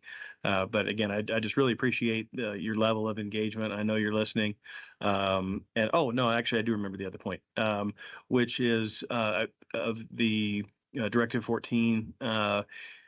We got briefed on that at Central Front Range TPR earlier this week, of course, that you were at. And, and there is a big focus, and I understand the focus on multimodal and encouraging, people to bike, drive, et cetera, to work or to places like Teller County. 75% of the residents of Teller County do not live in a municipality. Transit, multimodal is an extreme challenge in those situations. And we just want to make sure that we're not handicapped in regards to being able to access funding for what's very important, obviously for us, which is for people to be able to, probably half of Teller County in some way is connected to El Paso County for work or shopping or other activities. And for most of those people, they're going to be in their own vehicle, driving by themselves to conduct those activities. And that's just Teller. And there's a different story the more you get away from the urban areas, whether it's eastern El Paso County, in the plains out there, or the plains or other places, everything is unique. And I've always fought this on the state level, which is kind of one policy, one thing that applies over a very diverse state is challenging. And I just hope that the Transportation Commission can help us respect and honor those challenges and also the quality of life that, and the style of life that we all enjoy, in my case, in Teller County. So thank you. Absolutely. And I will say, I believe that the commission, all the commissioners, so, I mean, almost every commissioner that I've, now I've worked with them from almost 15 months roughly, would agree with what you're saying. So I want everybody to understand the commissioners are listening to this. And, my colleague Terry Hart is the chair of the commission now, and he is famous for saying not a dollar north without a dollar south. And that sounds good, but in practice, we're really looking at how this plays out with some of the funding that is dedicated for transit and some of those things. Talking about, for example, the mobility stations that they are working on. We've seen great presentations on them, and I know there's one slated down the road for Fountain, but there is still an education that has to happen, because I think, when we pushed back a little bit about the mobility presentation, and there was all these mobility hubs in northern Colorado, I raised the question about, well, actually, Commissioner Eula Adams, who's from the Denver area, asked first, what's happening in southern Colorado, and they were excited to tell us about one that was coming to Lone Tree. So we did chuckle a little bit, saying that's really funny if you think that's southern Colorado. But so we are working on it, and we're not alone. The commission, I feel like, sees that and is looking at now how do we make sure that we're being equitable in our funding throughout the state.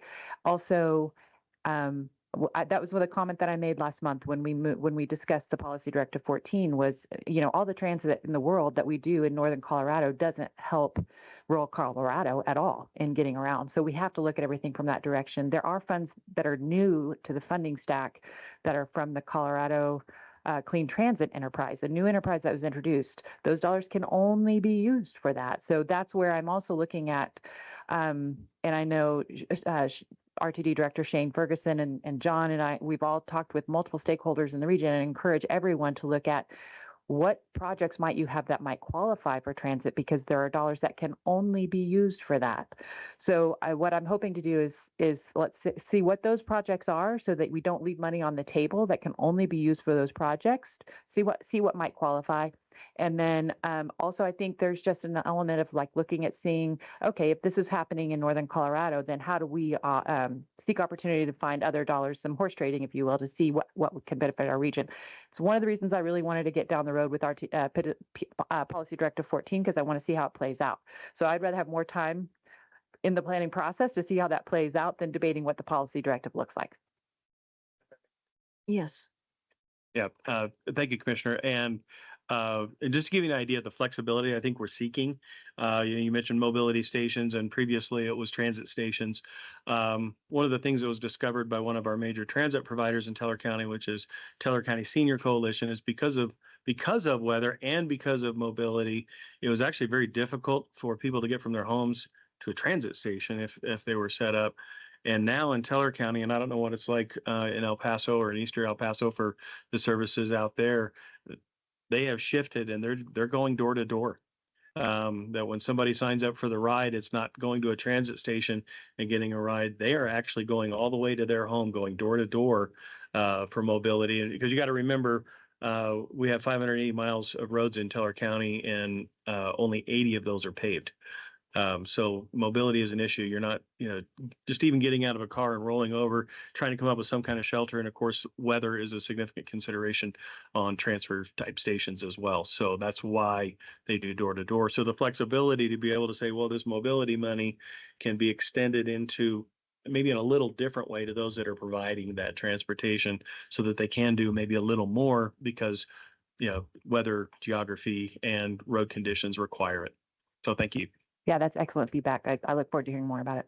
Yeah, and I apologize, I didn't get any feedback to you. I somewhat relied on Vince Rusinak to do that, because we immediately went to DC after our meeting.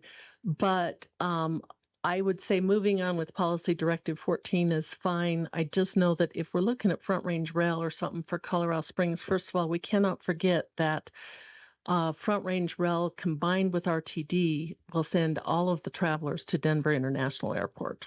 And we have the best airport in the state here. So that's that's my first comment. But the second comment is if the only place, for the high-speed rail is going to be a station downtown and we don't build capacity, the only people riding the rail will be the people who live within a 5-mile radius of it, because I won't drive half an hour. It typically takes me 22 minutes to get downtown. Won't drive 22 minutes to get on a train, maybe for the Broncos game, but that's it. And so that was, I guess my frustration is that CDOT is very Denver centric and doesn't look past Lone Tree. And I did notice I got quoted on CPR as saying Coloradans love their cars. So I do. I love my car. I love having the freedom of my car.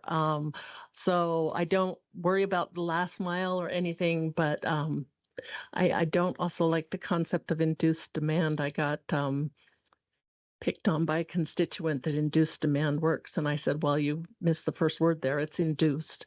If I choose to make it work, it will work. But so I apologize, but I think just moving on from it, I think you see a direction the governor wants to go in the next 2 years. I did mention it to Congressman Joe Neguse, who's looking at running for governor, and he was going to call his commissioner and express his concerns about it, taking the capacity building and putting it into an appendix. I don't know if that was a political statement because he's thinking of running for governor, or if I assume he's sincere because he's a friend of mine. So, but as we have new candidates for governor, I think there's a way the governor's going right now for the next 2 years. And then I think we're going to have a healthy discussion when we get new candidates, when we get the candidates for governor. Thank you, Commissioner. I think that's a great point. And I would say you're correct. The governor this is very high on his priority list. I think the presidential election will also influence a lot of what federal rail dollars are available. And also, I just want to highlight that a lot of the funding that is set aside or is perceived to be set aside for rail is transit and rail. So that's why I say it's pretty broad right now. And I do think there's a more significant element that the station there's station development plans being considered in the process right now. That's still in play. But I also do think there will be a lot of emphasis on the Pueblo, on the Chieftain coming north. So I don't think it will be, obviously this RTD piece is a big one that has to be figured out. That's why this other group effort is underway with the Front Range Passenger Rail District and CTIO. But I do think there will be other elements also being considered for rail alignment, because it is a federally, the corridor through Colorado, through the Front Range Rail is part of a federal priority. So I do think we'll see other efforts there. Again, a lot depends on multiple elections. So I would encourage you to reach out to the municipalities sooner rather than later where you're thinking of putting a transit station. I can guarantee you it's not in our water supply plan. And if they want water and bathrooms there, we don't have that allocated for that. So we haven't voted on it yet, but we pretty much know where we drop our water's going. I just want to tag on to what Hannah said, and in the Front Range Passenger Rail Board Retreat, which we'll come up to, is the things in that bill aren't just Front Range Passenger Rail. And I think that's why we need to update this board so that the narrative does get out. I know that locally we're working on different bus, many more bus, trolley, with the development of North Nevada redevelopment, which I'm meeting with Andy on that very, very soon. The money does come into play there too. So like with Woodland Park and with North Nevada redevelopment, it isn't all just to the Front Range Rail, and I'm on there making sure of that, and we will be doing some studies. So there is ways to get to that station in the future for the rest of the citizens, that when they won't be driving 22 minutes and then parking there will be other ways and avenues to get there for people who need to get there. So it's big, it's messy, it's complicated. There's money in there for it. We just got to pick it out. I'm working closely with Denver on that. Some people who do understand El Paso County's mentality at the same time with the need to get people moving if they don't have a car and they don't want a car as well, because we do have a lot of millennials in this town who don't have cars. And so we have to figure some of that out. But I just want to reassure you that the money isn't just for Front Range Passenger Rail. It looks that way. But I think, Hannah and I have had this discussion too. There are other things and with the North Nevada redevelopment, we will redevelop it in that way. So to your point, I just wanted to reassure you that we are looking at what's reasonable and not just one way.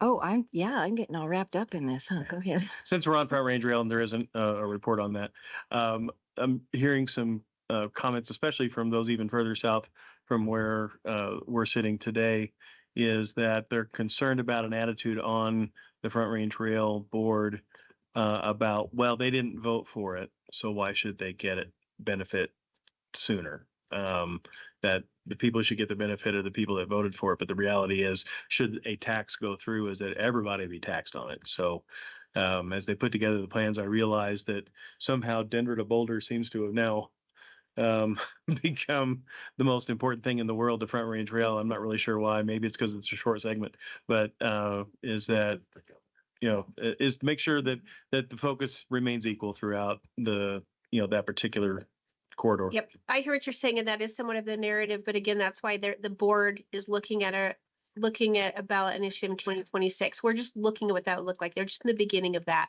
The North and the West, that is funded by other mechanisms. It isn't funded by any of us here. Of course, yes, all tax dollars. I get it. We all pay taxes, and to your point, we can split those hairs if you want. Maybe Hannah can talk a little bit more about how that got funded, but I think there is, again, the narrative hasn't been defined, and there's just a lot going on, and it's a hard board, but I think we're actually getting better at what we're doing, and each municipality wants their piece. So I hear what you're saying, and we're paying attention. Yeah, I can give some context on the northern why that one is because I think the state knows that with the RTD piece, the fast tracks piece that was passed in 2004 and has never been completed, the voters up there would never be inclined to support Front Range Rail because the tax they've been paying since 2004 has not completed their line. At the same time, I think RTD leadership has improved, and that's what I'm hearing. I have no dog in the fight up there, but I think because of that, and they do have some funding available to put up to leverage. I think what the state is trying to do is leverage the IIJA dollars to get federal funds. So I think there's an interest in seeing if the Front Range Passenger Rail Board, and again, I say interest because this is not a done deal, if the Front Range Passenger Rail Board, if it makes sense for them to partner on that RTD piece to use RTD dollars to help get the federal dollars in so that the federal dollars can come in and improve the rest of it. That's some of the reasoning between the northern section. The mountain rail section that goes from Union Pacific to out towards Craig is also largely driven by the railroad. The railroad is very interested in getting people on rail because of the decline in coal, transporting coal. So I think those are the big pushes. Is there are other factors and other pots of funding that are not CDOT dollars. They're RTD pots of funding, and then so the rental car tax or collection is the big factor at play right now because that is will be collected throughout the state. It's not that it doesn't total that much money quite yet. And so it's yet to be determined where, what that funding, where that piece goes. So that's why the north section. I'm just curious.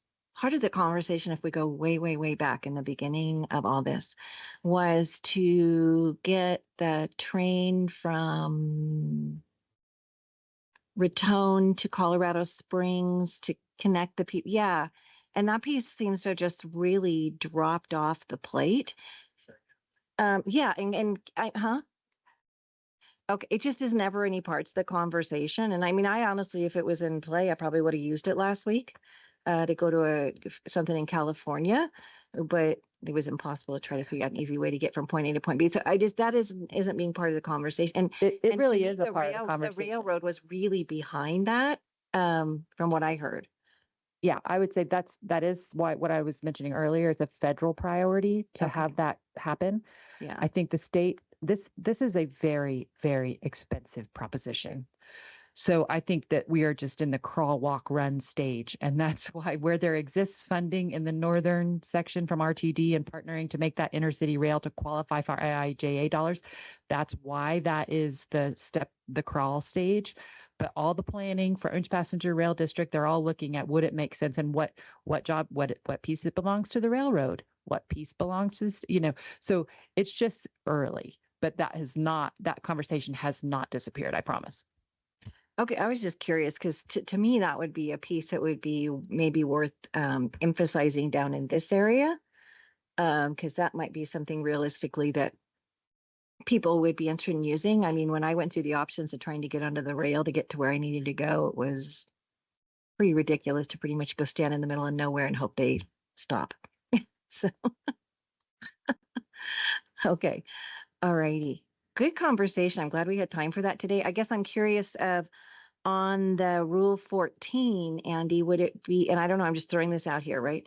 Would it be worth maybe down the road having a work session that we could stay and pick in Hannah's brain for 30 minutes after a meeting or something? So I know three of you are really up on what that means and why it's important, but the rest of us are just getting bits and pieces of it, or maybe I actually think CDOT representatives will be coming they're working through the policy direct Darius with the planning piece.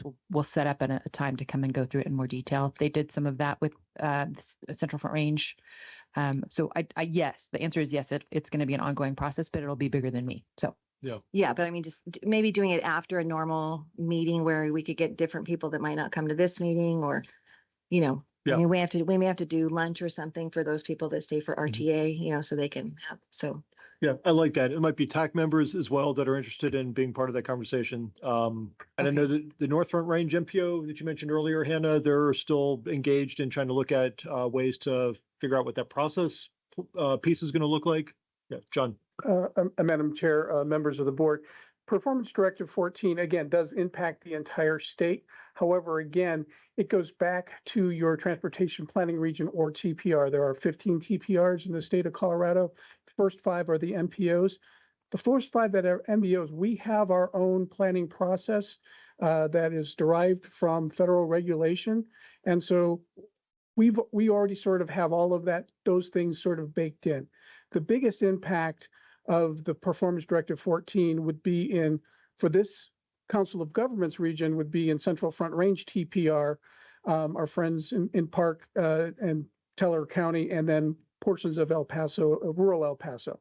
So we can do it. Just know that if we have that workshop, there will be 9 of our 16-member jurisdictions that probably don't have the same amount of interest. But that being said, we could certainly set up a workshop. We can work with CDOT staff. They've been terrific about providing anything else. But again, we do have our own, to some extent, autonomy within the NPO region with our certified federal planning process. Okay, let's just make sure all those people who need to be there, commissioners, right?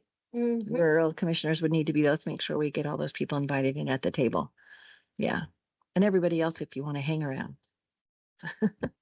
We usually break out the snacky treats, so the bananas and the yogurt, huh? But yeah, we can certainly do that as a workshop. I just want to make sure everybody knows there is a difference between Central Front Range TPR 14 and PPACG TPR number 1. Okay, well, I'm assuming we're talking 6 months down the road for this. So okay. All right, thank you, John. All right, anybody else? All right, Andy. Do we need to get a stack report for anything? The stack report. Thank you. Meeting. Mine's going to be big, but not big. So we talked, the funding sources for CDOT are very, very confusing. So we talked about a revenue forecast. With all of the enterprise funds, I did get a kick out of one person who suggested that we put a gas tax on the ballot. That's not going to pass. So gas tax is gas tax is going down consistently. And so if we ever do anything on the ballot, it would have to be probably a sales tax. But with all the enterprises starting, they went through all of the different funding. Probably the smartest person financially in the world, next to our El Paso County finance director, of course, is the guy at CDOT who does the money, because it's tough. And then we elected a new chair, which is Gary Beatty out of the Eastern TPR, and we elected a new vice chair, which I won in a squeaker vote of 9-6. So then so I'll be vice chair of STAC. With that, I can still be PPACG's voting member, but also too, I'm coming up on term limits. So we need to start getting someone else trained to go up. And then speaking to training on transportation and stuff, we will have 3 new commissioners next year, 2 for sure on January 8th or 9th. And I don't know when Commissioner Bremer's commission seat will be vacated. So we'll have 3 new, as I say, baby commissioners that will be mentoring and training. So we've got a lot of work, but I would not do training right in January or February. They're going to be totally overwhelmed. So I would look more towards April or May. Holly, who appoints that commissioner? Is it It would be a Republican vacancy committee and from the state or from El Paso County? from the 5th Commissioner District. So the precinct leaders within Commissioner Bremer's Commissioner District, which where we have not even been able to get a list yet. So at least as of 2 weeks ago, we weren't able to get a list. So I don't know when she's planning on making that transition. We'll just see when it happens. Okay. Hannah, I was thinking that the UCCS Economic Forum, did you go to that?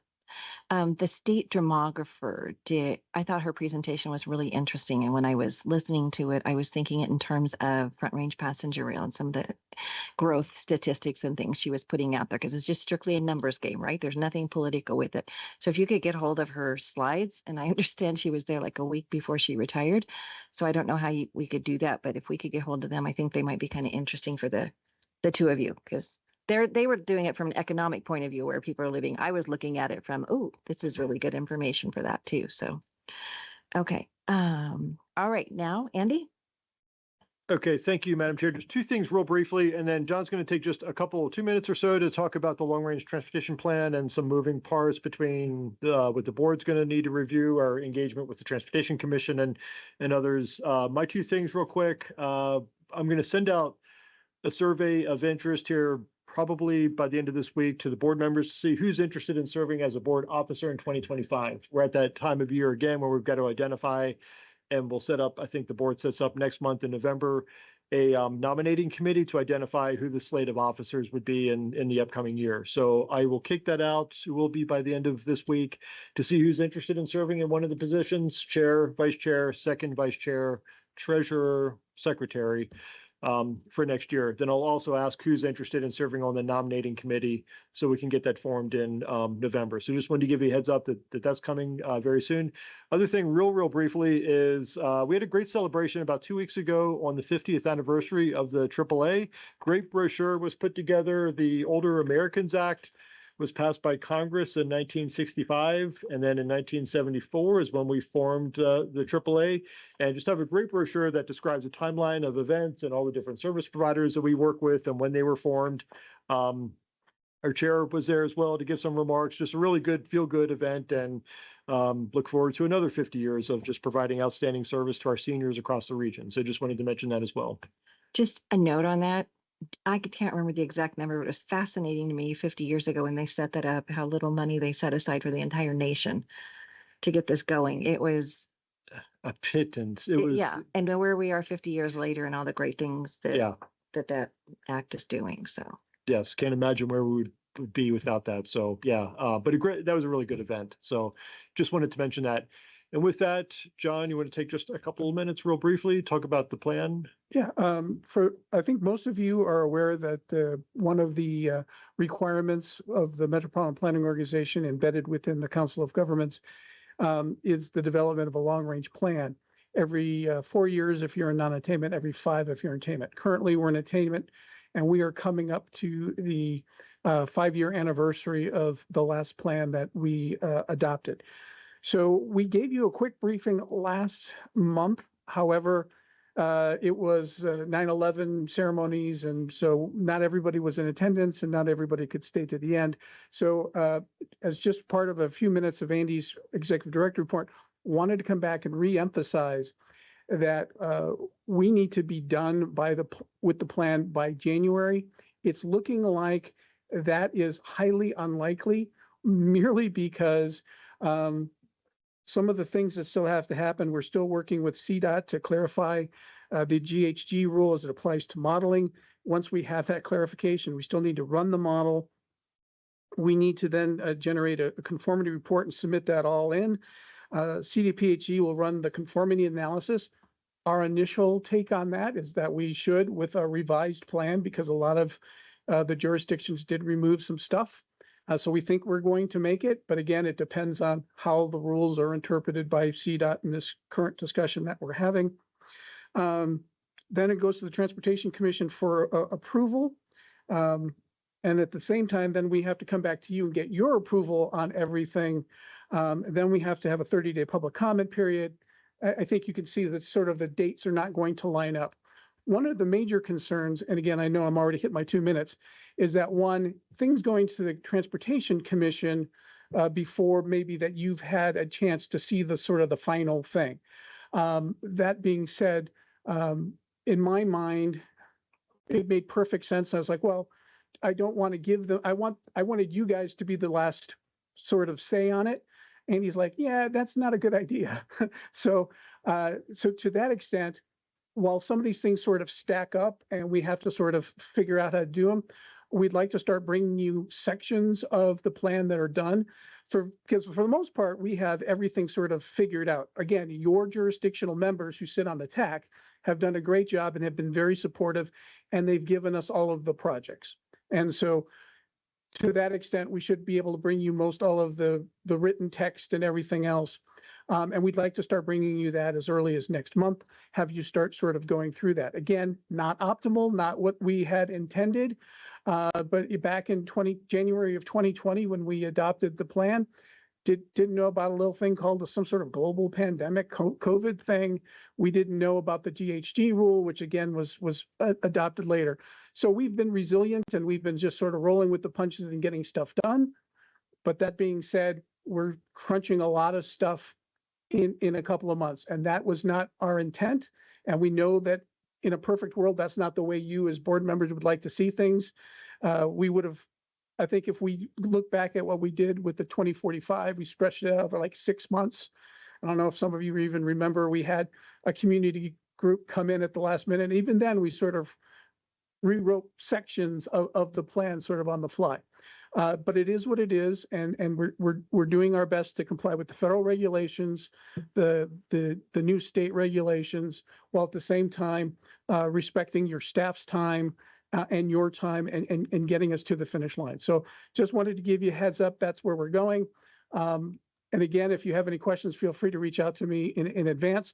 And if there is something that specifically that you want us to bring, we can bring it.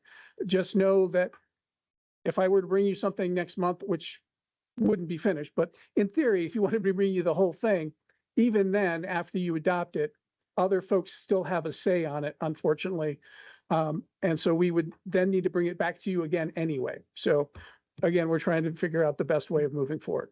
Sometimes when we are forced to make changes, they end up being better in the long run. So maybe not over, bringing us what you can, the pieces, give us a little bit more time to absorb some of those pieces rather than be overwhelmed with all of it, might end up being in the long run a better new way to do it. Who knows? I guess we'll see. Is there any way we can appeal? I know we asked the state to, when we were having the website changes coming down that just could not get done because the technology did not exist or was not affordable to be able to do them. We asked for a year's extension, and I'm not saying we asked for a year's extension, but is there a way to ask the state for 6 months, like you do on your income taxes, right? Where you do a late filing. So the state again is trying to be a good partner and working with us. Again, it's one of those things where the state, and again, I try not to pick on any particular group, but the state legislature sort of comes up with these great ideas and they're like, this is going to change the world. It's amazing. In the 200 years that we've been a country, no one's thought of this before. And they come up with these ideas, and then it's up to CDOT staff to implement them.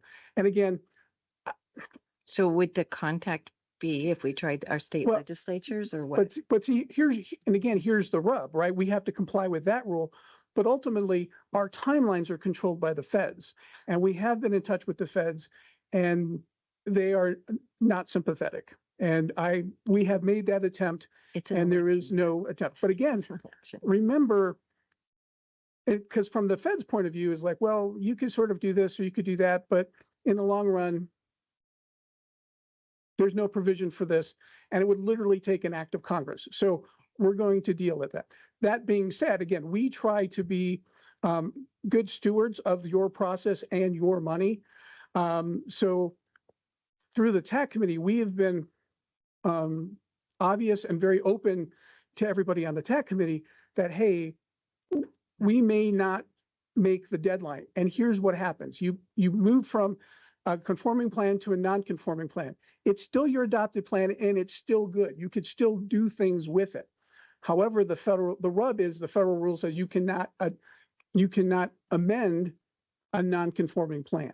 So all that means is that you can't do any tip amendments. For the most part, CDOT does the most tip amendments that we see. And I think El Paso County and Colorado Springs would be next. And they've been I just say warned, but they've been put on notice that there might be a small period where we can't do any sort of amendment. That being said, projects that are still fall within the scope and the budget of the existing plan, although non-conforming, can still go out to bid, can still move forward. So again, in the big scheme of things, it's not optimal, but it's certainly not the end of the world. And we're doing everything we can to mitigate any impacts to anybody, including our friends at CDOT. Okay. All right. Any comments? Thanks for letting me steal a couple of your minutes, Sandy. That was a lot. Don't think I'm not going to hear about it either. I asked a question, so I'll take part of that. Andy, anything else? That's it. Thank you. Okay, we are on to. Oh, I'm sorry. There was one more thing. Sherry, I'm sorry. Come on up. Okay. Thank you again. Just wanted to let you guys know our new artist is up. We have teamed with the Pikes Peak Art Council, who will help us rotate our art through here every 30 days. Our current artist name is Bill Langus. He is an artist in Colorado Springs, originally from New Hampshire. He does oils and he also does black and white drawings. His attention to detail is spectacular. And he can also do prints of his black and whites. If you're interested in a print, please, his cards are on the back desk. So his paintings around the room are all the animals they're just beautiful. Yeah. So thank you. It's nice to be able to give that opportunity. All right. Anything else? Okay. I would like to point out if everybody could turn to page 81 and look at your vacancies that you have on the various committees that your communities can represent. Those are super important. But the one I want to point out, we had the Resource Exchange had their legislative town hall meeting this year, and the Mobility Committee. A lot of the clients of the Resource Exchange use the services through there, the specialized transportation. So if you have an opening on someone on the Mobility Committee, that's probably one of the most active committees that we have that affects people's day-to-day lives. And so if you have somebody in your community that it doesn't have to be an elected official, I don't believe, right, Andy? That's correct. And somebody from maybe the community that works within that industry, volunteers within that industry, that would be a great board. And they meet 9:30. On a Tuesday. Fourth Fourth- Tuesday of the month. Thank you, Jared. Fourth Yes. Tuesday of the month at 9:30. And when I was on that committee, I always used to show up at 9. At 9, everything was in my mind. So it's a great committee to see if you can get somebody onto that. So, and you can meet virtually. Of course, we do encourage board members to come, 1 or 2 board members to see what's in person if they can, but we'll take people virtually. Okay, member entity announcements. Obviously, the leaves are gone, so we don't have to do a bunch of leaves, except for Kelly's house. Right? We have to do a bunch of leaf peeping. All right, anything else going on? Yep. It's not an announcement, but Andy, both Lynette and I serve on the Region 16 Opioid Abatement Council. And Holly, sorry, and Holly. I do when I'm there. I apologize. I was looking around the room, but you were out of my vision. Actually, I think you were out of the room. But anyway, we're struggling a little bit with space for our board meetings. We're currently meeting in the district attorney's office and just wanted to possibly talk with PPACG about the possibility, and we can have a conversation offline, but I wanted it to be transparent and open about the possibility of maybe perhaps using this space from either time to time or possibly in the near future on a regular basis to be able to hold those board meetings, because we have need of gallery We have need of more space around the table than what we currently have. But we also have need for the technology that this room would help us to provide. And truthfully, there might be an expense associated with that because we have needed Jared to help run it with the technology, because this is such a good setup. So, Sure. but that's something for Right. Eric to negotiate with you. And our new replacement, since our city attorney, Troy Johnson, retired and has moved on, not retired, but moved on, is going to be Chief Christiani, our police chief. Okay, great. And so, yeah. Thank you. Uh-huh. So Good, happy to this talk. doesn't have to be today, but Sure. just soon. You got any money to pay for it? What's that? We do have money. You got any money to pay for it? I just had to bring it up. We can use interest money for that. So I just, in my announcement, we went to the statewide opioid council. I went to the conference. This is 18 to 20 years of money. A lot of governments are actually bringing these programs in-house, which in my opinion is kind of dangerous, because 20 years from now, the money will stop. And then they'll have to find someone to take the program on. But I was amazed at the number of county governments taking programs in-house to help with this and adding county staff to do it. So it was fascinating. Like grant money almost. Yes, that lasts for 20 years, but not Tabor impacted. Dwindles. Right, but I'm just saying that you would have to look at the employee position like that. But it's a, yeah. Okay, any other member? Nobody's got anything going on? Come on, guys. Actually, yes, in Manitou, Sunday is Indigenous Peoples Day. The Native people will be meeting. They're doing two kind of special ceremonies. One is it's called the Year of the Eagle and the Condor. The eagle being the North American Indigenous people, the condor representing South American tribes. So they're going to have some South American representatives, and they'll do kind of I guess it's sort of a brotherhood ceremony. I was unfamiliar with this, but it's going to be 10 o'clock in Manitou. It'll be in Mansions Park, which is right behind City Hall. There is limited free parking in the parking lot just to the east of that. So as mayor, I don't very often get to have free parking, but if anyone gets there early enough, it's there. The other part of it, there will be a grandmother's ceremony. And again, this is something I don't know too much about, but it's a traditional matriarchal intertribal ceremony with women tribal elders who will conduct kind of, I guess it's going to be a spiritual environmental ceremony. So that'll be neat. That'll be at 10 o'clock. Some walking will be involved. There will be rides for people who don't want to walk, but I would recommend, sensible shoes. And then at noon, we'll have, it's a free, it'll be catered in Indian styled dinner. We'll have a food truck in Mansions Park, so it'll be a picnic, and we're planning on having good weather. So anyway, everybody's welcome. It's free, and it's kind of a neat ceremony. We've done this. This will be the fourth year we've done it, and each time the Native people have brought some sort of special ceremony to the day. So you're all welcome. That sounds great. You have a coffin When's race it? coming up too? What day? It'll be Sunday, this Sunday, which I believe is the 13th, 10 o'clock, Mansions Park in Manitou. That's right behind Manitou City Hall, which is 606 Manitou. Yeah. Okay, cool. Do you ever have a coffin race coming up this year? Oh, right. Coffin race. That's the last Saturday of the month, which I think is the 26th. Believe the race is at noon. The coffins will be lined up. They'll start lining up about 8:30, 9 o'clock on Manitou Avenue from Pawnee up to about the town clock. So if you want to you can come and walk through there and talk to dead people and racers. And if you're not careful, you might get shanghaied to be a runner. So you might want to wear running shoes. Anyway, that's fun. We're also planning to have good weather that day. So Is that from experience getting shanghaied? yeah. Yes. My wife was involved, and she got shanghaied, and then it was an infectious disease. I got shanghaied as well. That could be a money raiser, like, have to get out of running or something. You have to pay a certain fund to. That's a good idea. I like that. Yeah, like they do for get the person out of jail when the what is it? Muscular dystrophy, I think. Bail money. Bail money. Yeah. Yeah, you have to bail somebody out. Yeah, I think they do that as a fundraiser. There you go. All right. And Madam Chair, there is one last event in Teller County here in the fall. This weekend, the Fall Harvest Festival will be held in Divide. It's a new event for Teller County. It's celebrating the 125th anniversary of Teller County. be a great family event, though. There's a lot of family activities that'll be going on, including there'll be kind of a pumpkin patch kind of setup. There'll be entertainment, food trucks, goes from 1 until 8.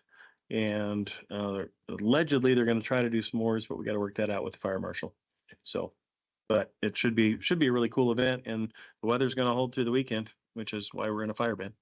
So We thank- have in Fountain, starting on Friday, going through Saturday, we have Willie Tutts coming down to carve pumpkins. He's off of a HD TV show or something. He lives in Grand Junction.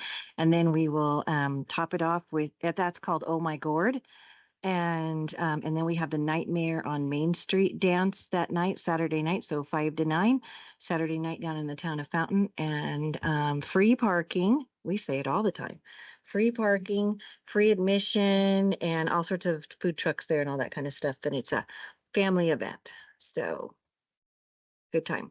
It's a big fundraiser for a nonprofit called Fountain Up, who provides shopping for kids at Christmas time for them to come in and buy, not buy, but for a couple bucks, things for their family members so they can provide Christmas for their mom and dad. So, all right. Anything else going on? I just wanted to share that we'll be changing the time of our city council meetings. Oh. Starting in November, from 10 a.m. to 9 a.m. Okay. We seem to have a lot of citizens comment, and we want to make sure we can accommodate that. Since I've started council, Is that going to be permanent? Sorry? Is that going to be permanent? Well, we'll see. When I Okay. started council, it was at 1 p.m. We started our meeting. Yeah. Then we went to 10, and now we're going to go to 9. Just heads up, it'll start in November. And November, the Monday is a holiday, so we'll do both our work session and our regular session on Tuesday. Oh my goodness. Okay. Bring lots of caffeine, in other words, huh? Yes. Well, I know that I have one. In El Paso County, Clerk Schleicher is going to try and put the ballots so they're in the mail on Friday or Saturday. If you don't get them within a week, call 719-575-VOTE to check. That's just, and he's got the Office of Emergency Management activated and everything ready with 800 election judges. And we are going to have the safest and secure election in the nation. I'm a little bit worried about Florida with the hurricanes and Georgia with people voting, but that's not my problem. So Yes, prayers for them for the next 24 to 48 hours. And we have we have a hand online, Mayor LeKind. Yeah, thank you. A couple things. This Friday, we are going to be doing a strategic planning session to do Monuments First master plan. So thank you very much, Mayor Thompson, for all of your assistance in that. And I also want to thank Fountain, PPACG, and PPRBD for allowing our town to view your technology. Our town council chambers is getting a complete technology upgrade, all new software, hardware, networking, etc. And that's pretty much what's going on in Monument right now. All right, that's why we all work together. Learn from each other's mistakes and things that work. So thank you. All right. Okay, any other comments from anybody? Any staff out there? Anything exciting? Nope. It's only 11:15, guys. Come on. We're dismissed.